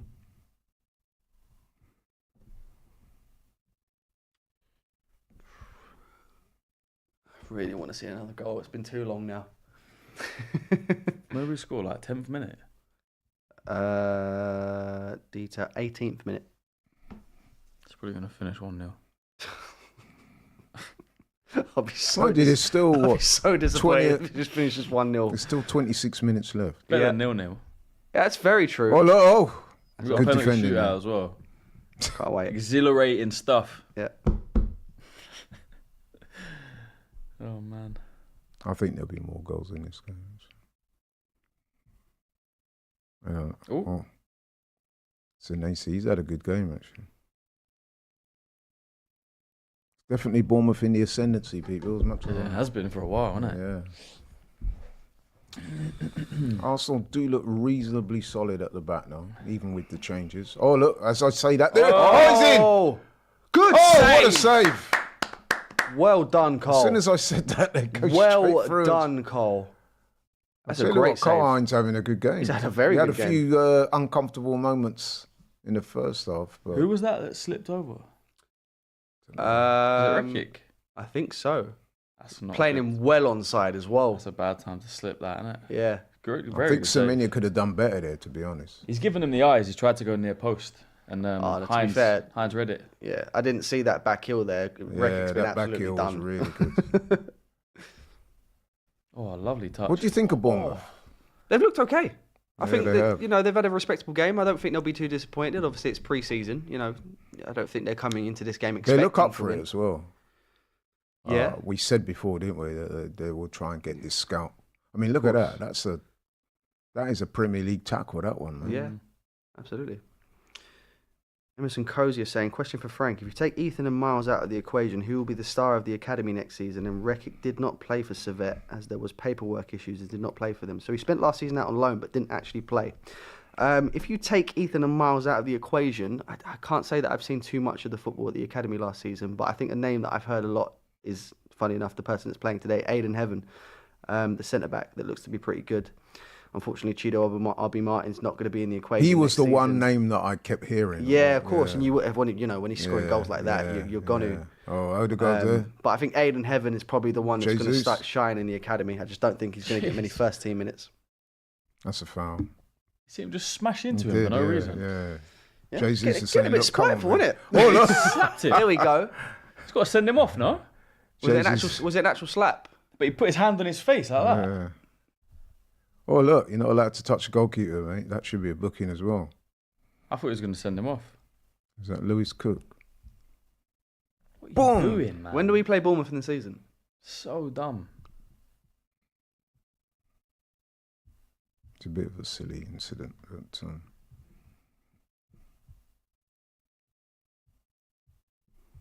Jesus was not happy with that challenge. Yeah. That's all he might.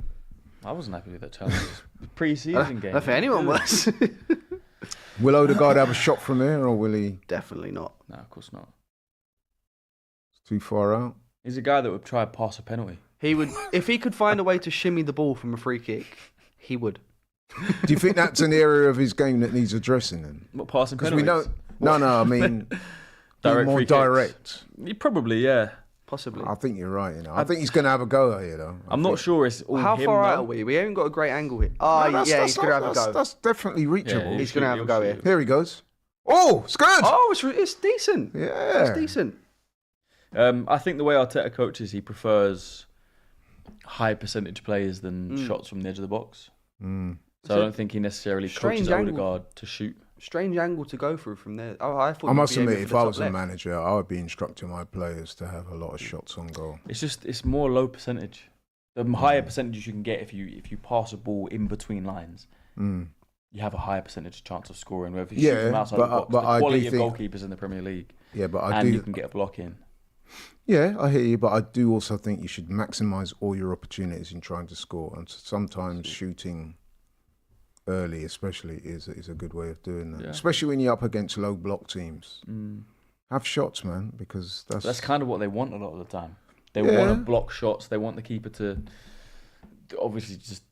But how many times have we seen teams like Arsenal ticky-tacky their way and they're not really going nowhere? And sometimes you see a guy on the ball, he's beaten one play. You think, okay, it's opened up for you, have a shot, and then they check back and pass, and you think, it's a wasted opportunity there. Yeah, that's it. I mean, sometimes you can encourage the keeper to make a save, you get a corner and score from a set piece, you know what I mean? Or rebound or whatever. So Another super chat here from G49, who's been very generous with the super chats tonight. So thank you for that. If we sign an 8, a left winger, a right winger for backup for Saka, a top striker on top of Calafiori, and we So don't win the Premier League, what do we do from there? Essentially, We try again. I must admit, the blunt truth. Yeah. Try again. What do you want us to do? So true. Drop out of the league. Go again next year. That's it. I don't think Arteta's. Oh, what touch that I was! didn't realise that Trossard is Zinchenko. on the pitch. Yeah, Trossard's on. He's lost it in a dangerous place there. That's Semenya. Rekic is not putting in a good display, man. Heavy defense. Oh, he's in. He's been bigging up Carl Hein, but he's just let the ball go over his head. I don't know. I think that's a bit of an awkward one. That is definitely a keeper's error. Nah, There's a heavy deflection. Man. I know. I want to see a replay. I don't know, man. I want to see a replay. Rekic is to blame first of all. I want to see a lost the replay of ball. that. I don't know if we can just jump on Hein straight away. The look on his face Look to at me Rekic here. suggests that. Yeah, I Can't hear lose that. the ball, trying to No, run that's out as a poor. centre That's back. poor. But look at this. So is it bounced off of Rekic? That's a giant. No, but he was on the floor, bro. okay. maybe, Yeah, no, maybe. He was on the floor. That's I've it. got to give Hein some. He got up a criticism. bit slow. I got to give Hein Positioning some wasn't good. criticism there. Look, what's he doing on the He floor? slipped over as well. Yeah, Because you could tell he fumbled that. the look on his face when that went in. That wasn't even Rekic. That was Ben White. What?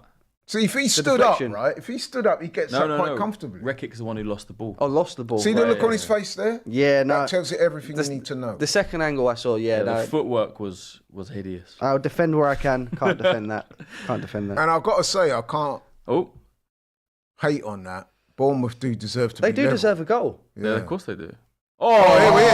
Oh, beautiful. Oh, that was a beautiful touch, man. He's got to whip it across. Just getting needs through that Chelsea drew their friendly game 2-2 with Wrexham. They always play Wrexham, don't they? There's always a pre-season friendly, the, Chelsea versus Wrexham. American friends. Is that what it is? It must be Todd Bowley, Ryan Ryan Reynolds, Rob McElhenney. Makes sense. Oh, what a ball. Oh. Is that Erdegaard again? Go on, Jay. He's just coming on and producing magic. I think he should have shot earlier there. Yeah, He tried to probably do too much. It was a tough shot, though, man. Yeah, a lot of people in the comments agreeing that, Rekic's been quite poor since coming on. Yeah, and he's Hein not could covered have done a lot himself in better. glory. The footwork, But from, neither from did the Hein keeper, was- though, to be was fair. shocking. Because even though Rekic got, let's face it, got done. This touch. That was brilliant. Why didn't he shoot there? It's a tight He angle, I should have smashed suppose, it but I across think the he could front. have. Yeah, I think he could have gone for the shot there. Yeah, even though Rekic didn't cover himself in glory, neither did the keeper. People because saying it's- Zinni letting us down. I think Zinni's looked good. I think he's had a few really nice touches. People are so quick to jump on Zinchenko, man. Yeah, they are. Technically, he's such a good player. He's not a defender. And I think it's just a little bit unfair because... We always seem to have one player that takes the brunt of the abuse. Yeah, and it's Zinchenko. If you really look at him technically on the ball... This is good. Zinchenko's Top kind of quality. taken. Oh, that's a good granite by roll. Jesus. Oh, that's good. Go on. That's a foul, Oh, Has to be surely. a foul. They're not going to give it. No way. You know what? Did he run into him? Yeah, though? I think... I I see think why he kind of ran. he Yeah, didn't I give see it. why the referee didn't give that. He kind of ran into him. Semenya's had a good couple of minutes since he's come on, hasn't he? He's What's been he one of given? He's Bournemouth's given better a foul players. there. And if you see the way Bournemouth celebrated the equaliser, you can tell that they've not come here to lay down for Arsenal. They want to win this game. Mm-hmm. Just which one is more on good. Zinchenko as well. No one ever seems to praise him when we play well anymore. Like, he started quite a few games last year. The game... Remember Arsenal, we played Liverpool. We won 3-1 at home last year. I was there. Zinchenko started that game. I don't think he did. I think He Kivior started that did game. He? Played I'm very sure well I in remember. that game. Yes, because Kivior came on. I remember. Kivior now. came on Yes. late. Yes, But I Zinchenko remember. played. Because the goal that we scored, the first goal, Zinchenko plays it into Odegaard, who flicks it to Havertz. True. So when we play well and Zinchenko's playing, no one seems to focus on it. But when we play bad, Zinchenko's playing, everyone gets Oh, on this it. is interesting. Go on, mine. Tried to do too much there. It's Shoot! it. Good. Oh, done well to get a shot off. To be fair. No, Neri, That still was on. Ray kick, wasn't it? No, Neri. Oh, well, yeah. Good Yeah. block. To be fair, I kind of agree with you, Christian. I don't think Zinchenko's done anything out of the, ordinary today. He's made mistakes defensively. I can't. I mean, I'm talking deny about today. that. I'm talking about today. Oh I don't yeah, think he's no, done today's anything been fine. strange. He's had a few really nice touches. Yeah.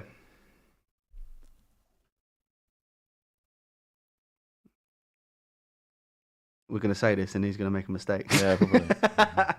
It'd be typical, wouldn't it? Absolutely. But in terms of like line breaking passes, Mm. is one of the best I've seen in the league. Like the way he can get the ball and break lines, Yeah. and you can just find him on the right wing, and he can play a ball through for an assist. Yeah, like, technically but he's very astute. what player. players technically do you see that can do that? Yeah, of course, I understand what you're saying there, He's but obviously so comfortable on the ball. His primary responsibility is defence. Yeah, but he's not a defender. Do you feel? He's being played out of position. Oh, Oh, go on. Oh, He shouldn't be playing at left back, no, he shouldn't. and I Of think course. that's where the mistake is But made. he is recognising the team as a left back, and I personally can't help but feel that when someone's running down that left hand side, a bit iffy if he's going to be able to do a good 100%. I job. Or not. agree. yeah, clearly I do his agree with that. defensive side of his game. Don't get me is wrong. nowhere I think near he's as strong. fantastic going forward. Yeah, he is. fantastic going forward. But you're a left back. You need to have a level of defensive ability. Another substitute here. Josh Nicholas, I believe that is from the 18s. I want to say. He looks young, Never man. looks Yeah. very young. Looks about 16. I think he is. Ben White's come off. Oh, look, Semenya. He's looked really dangerous since he's come on, Semenya. Oh, look, they're after a penalty, but they won't get one. Someone said this guy's the captain of the Zinchenko Defence League. I just think he's a good player, man.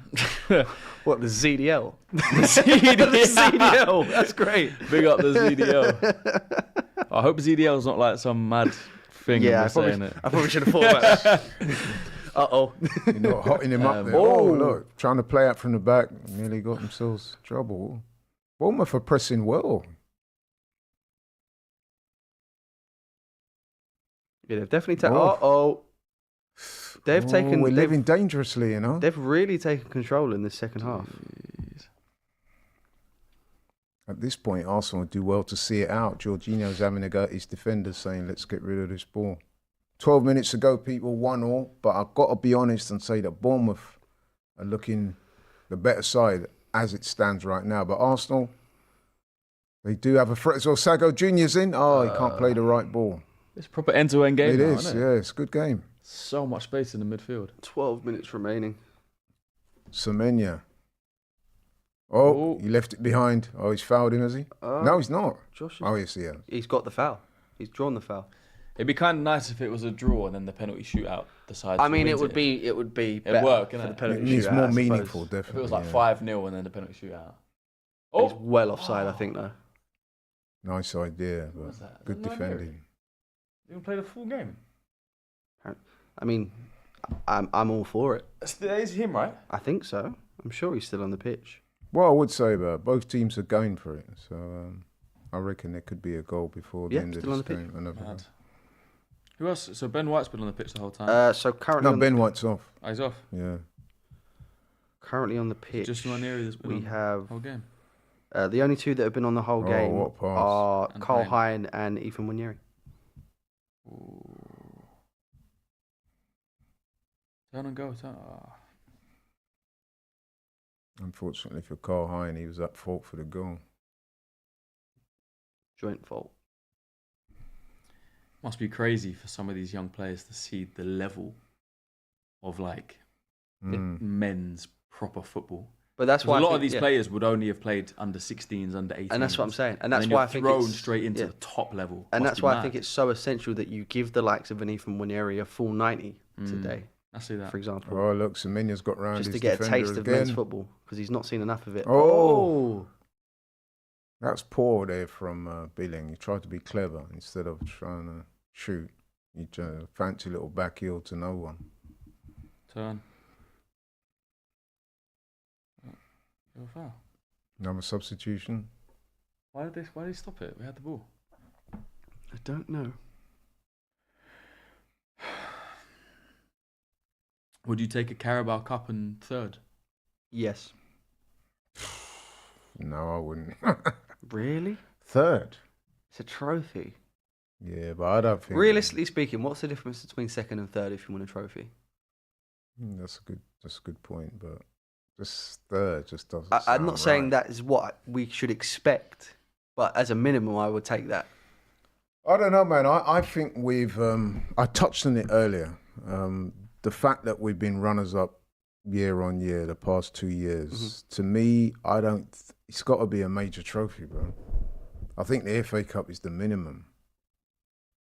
Was the FA Cup a major trophy? I don't think this is a debate. You don't think the FA Cup's a major? I love an FA Cup. I love an FA I Cup. really love an FA Cup. Yeah, but FA Cup's great. It's not major. Major's a Prem and a Champions League. Yeah, I think I would tend to agree with that. I Nowadays, think anyway. FA Cup's major. You can't say Arsenal. I want to know. Arsenal Can we haven't get won some 13 sort of majors poll in the going to last- see what people think about the FA Cup? It's not a major. No, I love the FA Cup, but I would agree with Christian. I don't think that nowadays it's perceived to be a major trophy. I think it should be though. I think Right, with the onset of the Champions League and how that's developed, The reason the it's two not a major, majors now. The two majors are the Premier League and the Champions for League. sure, and I think even the Europa League is a major. Because of what? Verging on it. I suppose Because because of of the teams that are in it it qualifies you for the Champions League. Oh, great by good ball. Odegaard. Go It's got on. to finish. Oh, you've got to. You just need to You've shoot, gotta let it go. man. Jesus. I think that's Trossard. He's got to let it go there. This is what we were talking about, Christian, about No, guys I not shooting. Laurie, I agree. Shooting there, man. We do In have that position in the Yeah. box. We do have a poll going in the chat to see if the FA Check Cup's him considered back. a major trophy, by the way, guys. And we've got a super chat here again from G49. We want to sell Ramsdale and trying to buy a backup for 50k. Keep Ramsdale at all costs. I'm assuming he's talking about the Wolves goalkeeper that we tried to sign for £50,000. Yeah, That's probably not the best route. I just voted on the poll, by the way. I said, no. Laurie, go vote. I Say voted no. yes. We need your vote. 62% No, to I'm 38%. with No, but this is Christian, Arsenal fans, listen, man. Arsenal fans love the FA Cup. I love the FA Cup. I'm a lot older than you guys, and I grew up where the FA Cup was a major. That was like, apart from the league, the major thing to win. But what I'm saying with the growth of the Champions League, now the two majors are the Premier League, obviously, and the Champions League. Yeah. And I think that Arsenal are at that stage now, whether we like it or not, where League Cups and FA Cups are not going to cut it for the vast majority of the fan base. I think they're looking at something a bit more... I'm in agreement with you, and that's even Wanyeri coming off now for Jimmy Gower, and that for me probably indicates that we're not going to see Emile Smith Rowe today, which is really sad. I think it's goodbye. No, but I think we'll it's see goodbye him, anyways. don't but- forget there's 2 other games on the tour, lads. I mean, he's not we're gonna not going to play. see even Wanyeri, Emile Smith Rowe today. Oh, okay. He's not going to play in any other game, is he? No, we've got is it United on Sunday? he's not. Early morning. No, but Smith why Rowe. take He's already him out if there he's though, not isn't he? That's what I'm saying. They No, took but why him because take he wasn't. There was no guarantee he was leaving yet. Right. But now that the agreement's done, as we've seen a couple hours Oh, that's ago, good. It's definitely not going to play for Arsenal again. Jimmy Gower, I think another one coming from the 21s. Took ages Oh, to that's a play great that. ball. Took ages That's to play very it though. The space was gone. I'll tell you what, Semenyo in this half. Oh, look at He's that been ball. very good. Oh, he's heavy. I think Arsenal will be glad to see the back of Semenyo. Oh, that today. is a great slander name. What's that? Wreck-It Ralph. Fair enough. Was that Ramsdale one? You want us- oh, okay. About we're selling a player for £50 million and then signing his replacement for 50k. I don't think that. What's his name? Bentley from Wolves. This guy was playing for Southend not that long ago. Was he? It's not the answer for me. We did a talking transfers thing. I think I filled in for you because it was your birthday. Oh, okay. Robbie, James, and Turkish. Robbie thought it was 500k the bid, It's 50k. and apparently when he did his transfer daily in the morning, he said 500k, and he was laughing at it. We were like, Rob, it was 50k. They bid 50 grand for a first team player. Wow. Just on Like that. there would have been potential if we'd signed him for 50k. That's what you call derisory. Isn't You know you have the squad photo Yeah, at the start of the season. There could have been Declan Rice, who we signed for 105 million, and behind him a goalkeeper that we signed for 50 grand.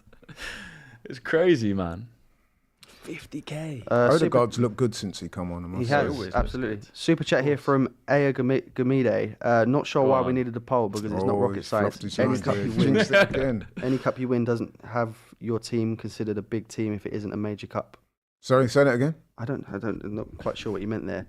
Not sure why we needed the poll because it's not rocket science. Any cup you win that doesn't have your team considered a big team isn't a major cup.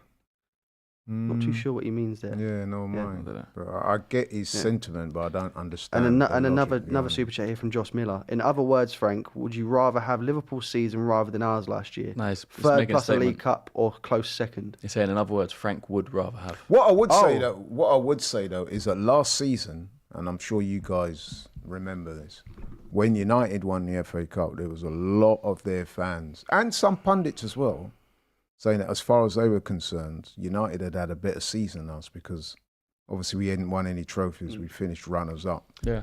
But do you to want have that trophy in the bag. Do you want to know the irony of that? What is Do it? you remember that season we won it in lockdown? We finished 8th. Yeah. United fans are adamant that they still had a better season than us. Yeah. Well, But- you're always going to get. Yeah, of course. But there was quite a few pundits that were saying that as well. I think better season is a tough term. I don't actually agree that we If had you're a better saying like season. more successful season, winning a trophy. Yeah, I think always maybe is I more should. Yeah, maybe I successful. should have used that phrase. Yeah, actually. better is tough because it's like It better, is, yeah. better in what departments? Like, Yeah. did I enjoy watching Arsenal more last year than United? But I suppose- As a neutral football fan, Yeah. which team played the better football? It was Arsenal. But I Which team would I suppose, rather yeah. support? Arsenal. Which team had a more successful season? United. Yeah. Mm. Yeah, it's very And true. it also depends on how you measure the term success.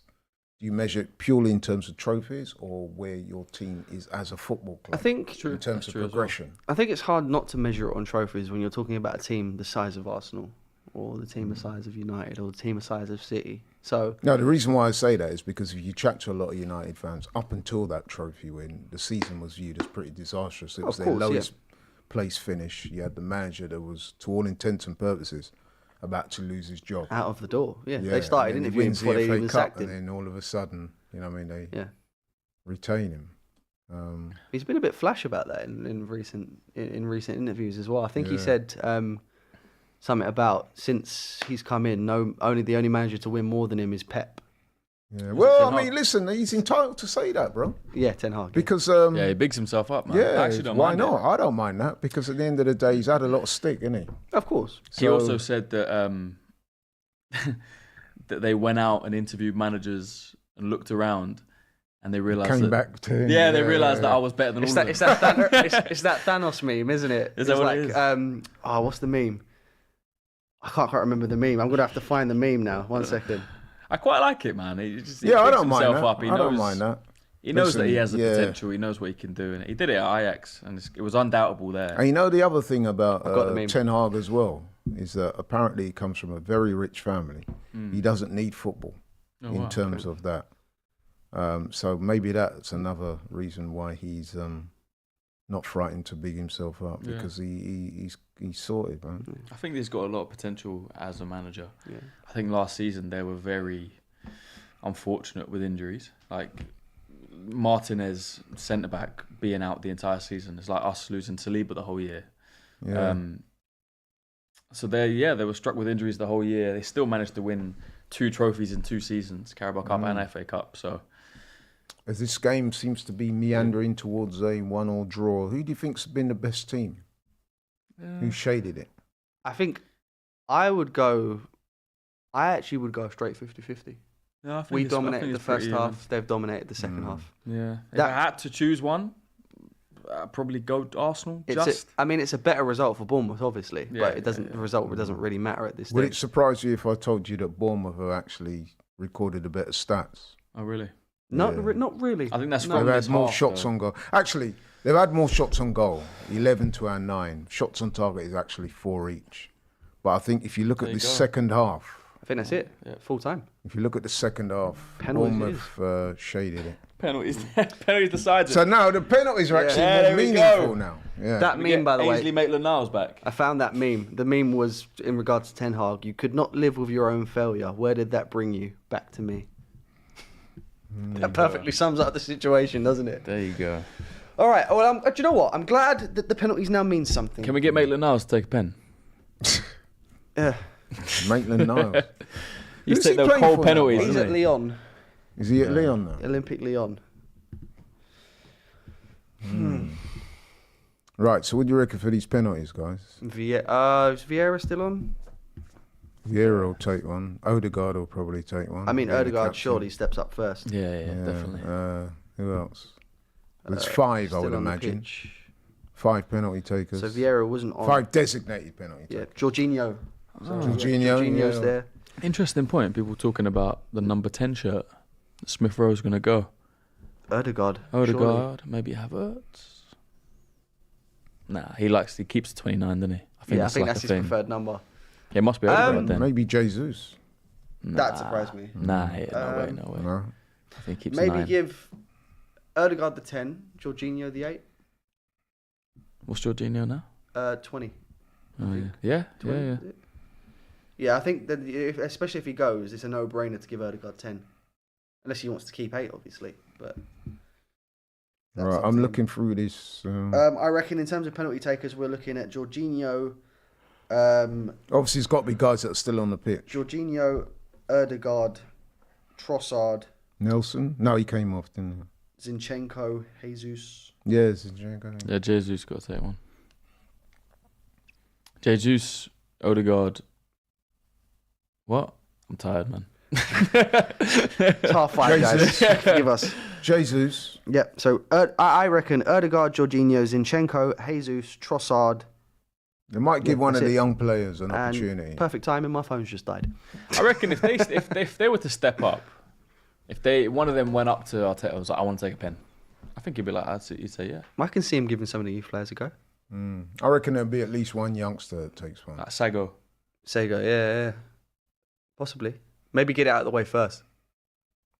What's think Carl Odegaard- Hein like a saving? Odegaard goes penalties, first. You know? I haven't got the information on that, unfortunately. I'm sure he's Estonia's goalkeeper. I don't know how Estonia get on in the international stage. Hopefully it's good. I mean, hopefully. Only time will tell. But like we were saying, you can't practice penalties in a pressure situation in training, right? Yeah. Or behind closed doors. Mm-hmm. So this is as close you can get, ish, to replicating a real penalty situation in a game. And it There's helps, fans there, you're playing against a team, there's atmosphere. Obviously, I kind of think it helps that it was a draw as well, because maybe the players it's will look actually at to it decide as something. meaning something. We lost temporary. This will be a nice issue with the Arsenal stream here. Oh, no, we're back. Just obviously while Not we're waiting for quite. the penalties as well, anyone stand out as a man of the match, as per se? It's difficult, really, isn't it? Maybe you could have a man of the match of the different halves. Yeah. For the first half, for me, I think it absolutely has to be Miles Lewis-Kelly. Yeah. Maybe Salah. Yeah. It wasn't Rekic in the second It wasn't half. Rekic. It was a Rekic Right. Ralph. I think Rekic Ralph is unreal. Hein steps... Oh, I said Hein steps up. Hein in goal first. Who's going to take the penalty for Bournemouth? Cole Hines. Go on, son. Semenyo. He was probably Come on, Bournemouth's Cole. best player in that second half. Yeah, maybe him for man of the match. I don't even know. Come on, Cole. For Bournemouth in that second half, definitely Semenyo was the most Definitely. threatening player. But he does look a bit nervous. To be fair, I'd probably give him the man of the match overall for the game. Semenyo. Where does he go? I think he goes that way. Top left, I reckon. Come on, Cole. Oh, he was close. He got That's a a hand to it. That's a good pen. No, he got a hand to it, didn't he? Yeah, he did. I think he got don't maybe think that was a good penalty. maybe a What fingertip. are you lot talking about? He's miles from it. It's a good pen. Maybe a fingertip. He looked like he got a hand to that. No, that's a good pen. Well, listen, a good penalty is one that's scored Yeah, at it the is. end of the day. Yeah, Odegaard first. Yeah. Remember they did that ABBA? That was Penalty thing. awful, They wasn't it? introduced it for like a year or two and then it was gone. It was the season we won that Community Shield against Chelsea. Yeah. I remember. Yeah. Kolasinac Kolasinac with the last minute. So we're right about I'll Odegaard say being it. the first one up. Come on, Yeah, Martin. of course. Down the middle. Odegaard with his new facial hair, of course. Has he Here finally he grown comes, it? shimmying. Oh, Oh. lovely penalty. Slides it past the keeper. Composure, lad. Composure. I don't think we missed the pen last year. Arsenal in general. Saka. Oh, no, that was All the season season. before. That was the season. Unless you include friendlies. Saka missed one against Barca. No. In the league. Don't think so. Any competition. No, I don't think we did. I know Saka scored 100% of his. Philip Billing. Yeah, no, I don't think we did miss a penalty.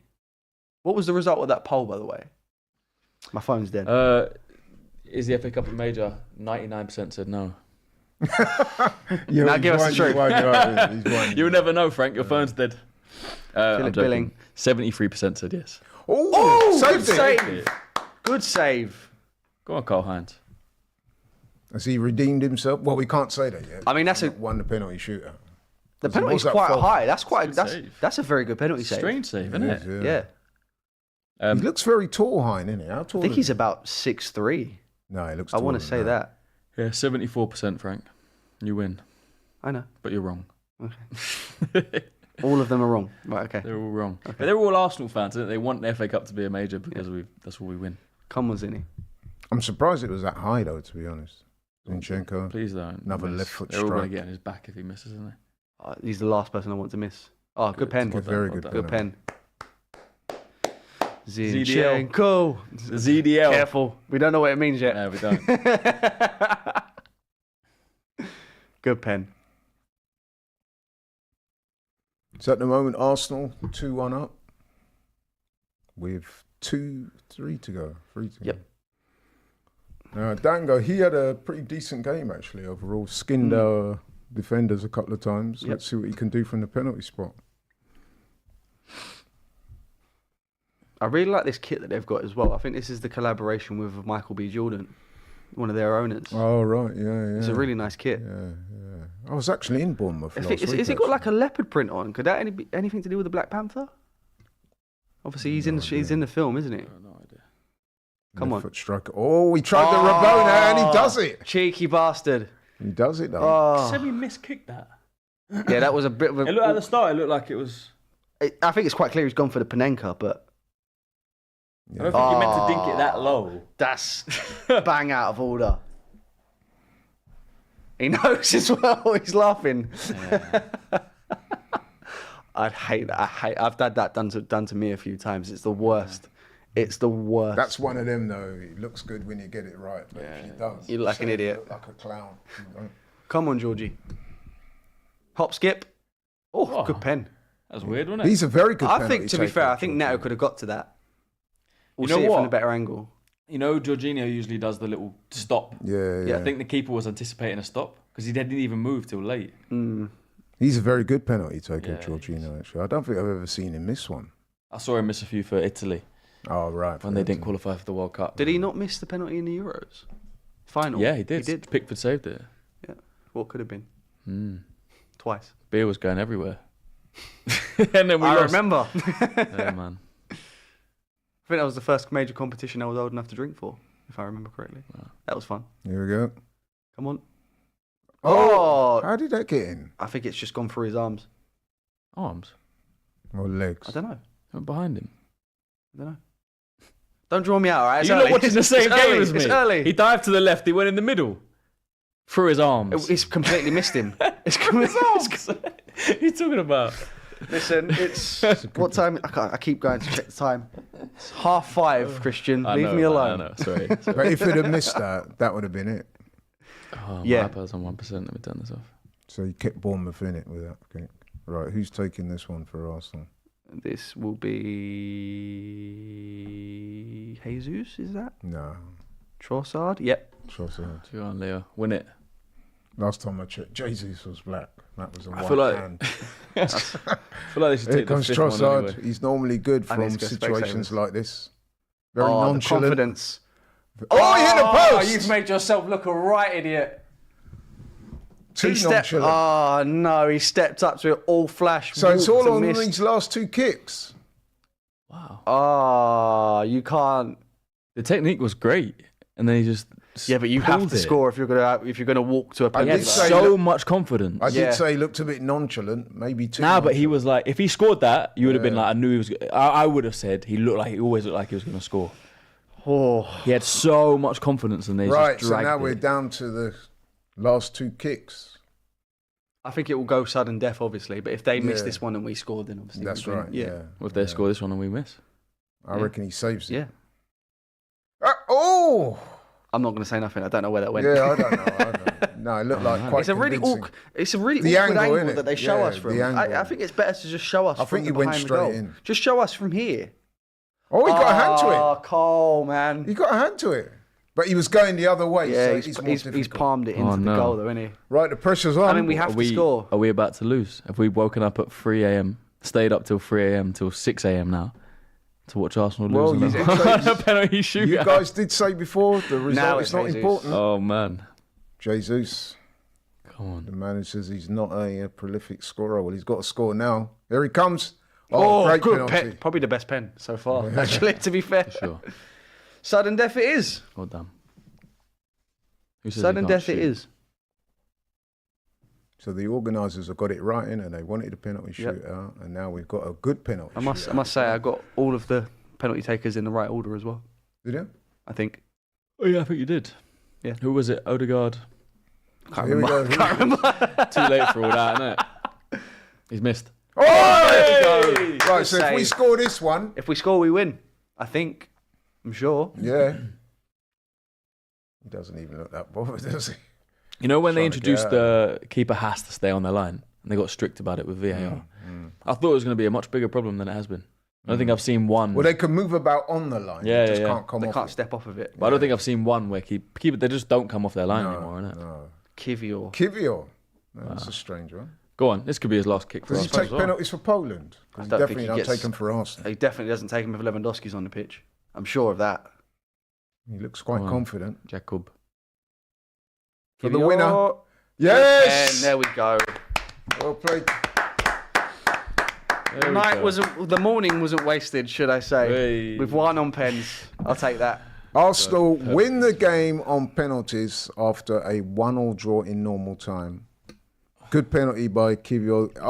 Is it fair to say that Carl-Hein redeemed himself? Because he was at fault, partially at fault. Two for pen Bournemouth's saves. goal. I think he had Two penalty saves. I mean, apart from that, I think he obviously made about 3 or 4 good saves in the game as well. Yeah, I think he he did. had a fairly good game. So does that qualify him for Arsenal's man of the match? He's the only player that played 90. Yeah. Nah, I don't think you can make that big mistake Nah. in the game and then get. But he won us a I- penalty shootout with 2 penalty saves. All right, you want to give it to him? There's a case for it. There is a case for it. I think you've got to look at 'Cause Fabio like Vieira or you said, Miles. he played the whole game. Yeah, I think you've got to look at Fabio Vieira or Miles Lewis Skelly for me. Oh yeah, Vieira got the goal. Yeah, played very well as well. For me, Laurie, you Hein? You think? Yeah, I'm going to go. I wouldn't be against Hein. Because he Yeah. made a couple of decent saves in the game as well, like Frank pointed Yeah, out. yeah, that's fair. He's won us the penalty shootout.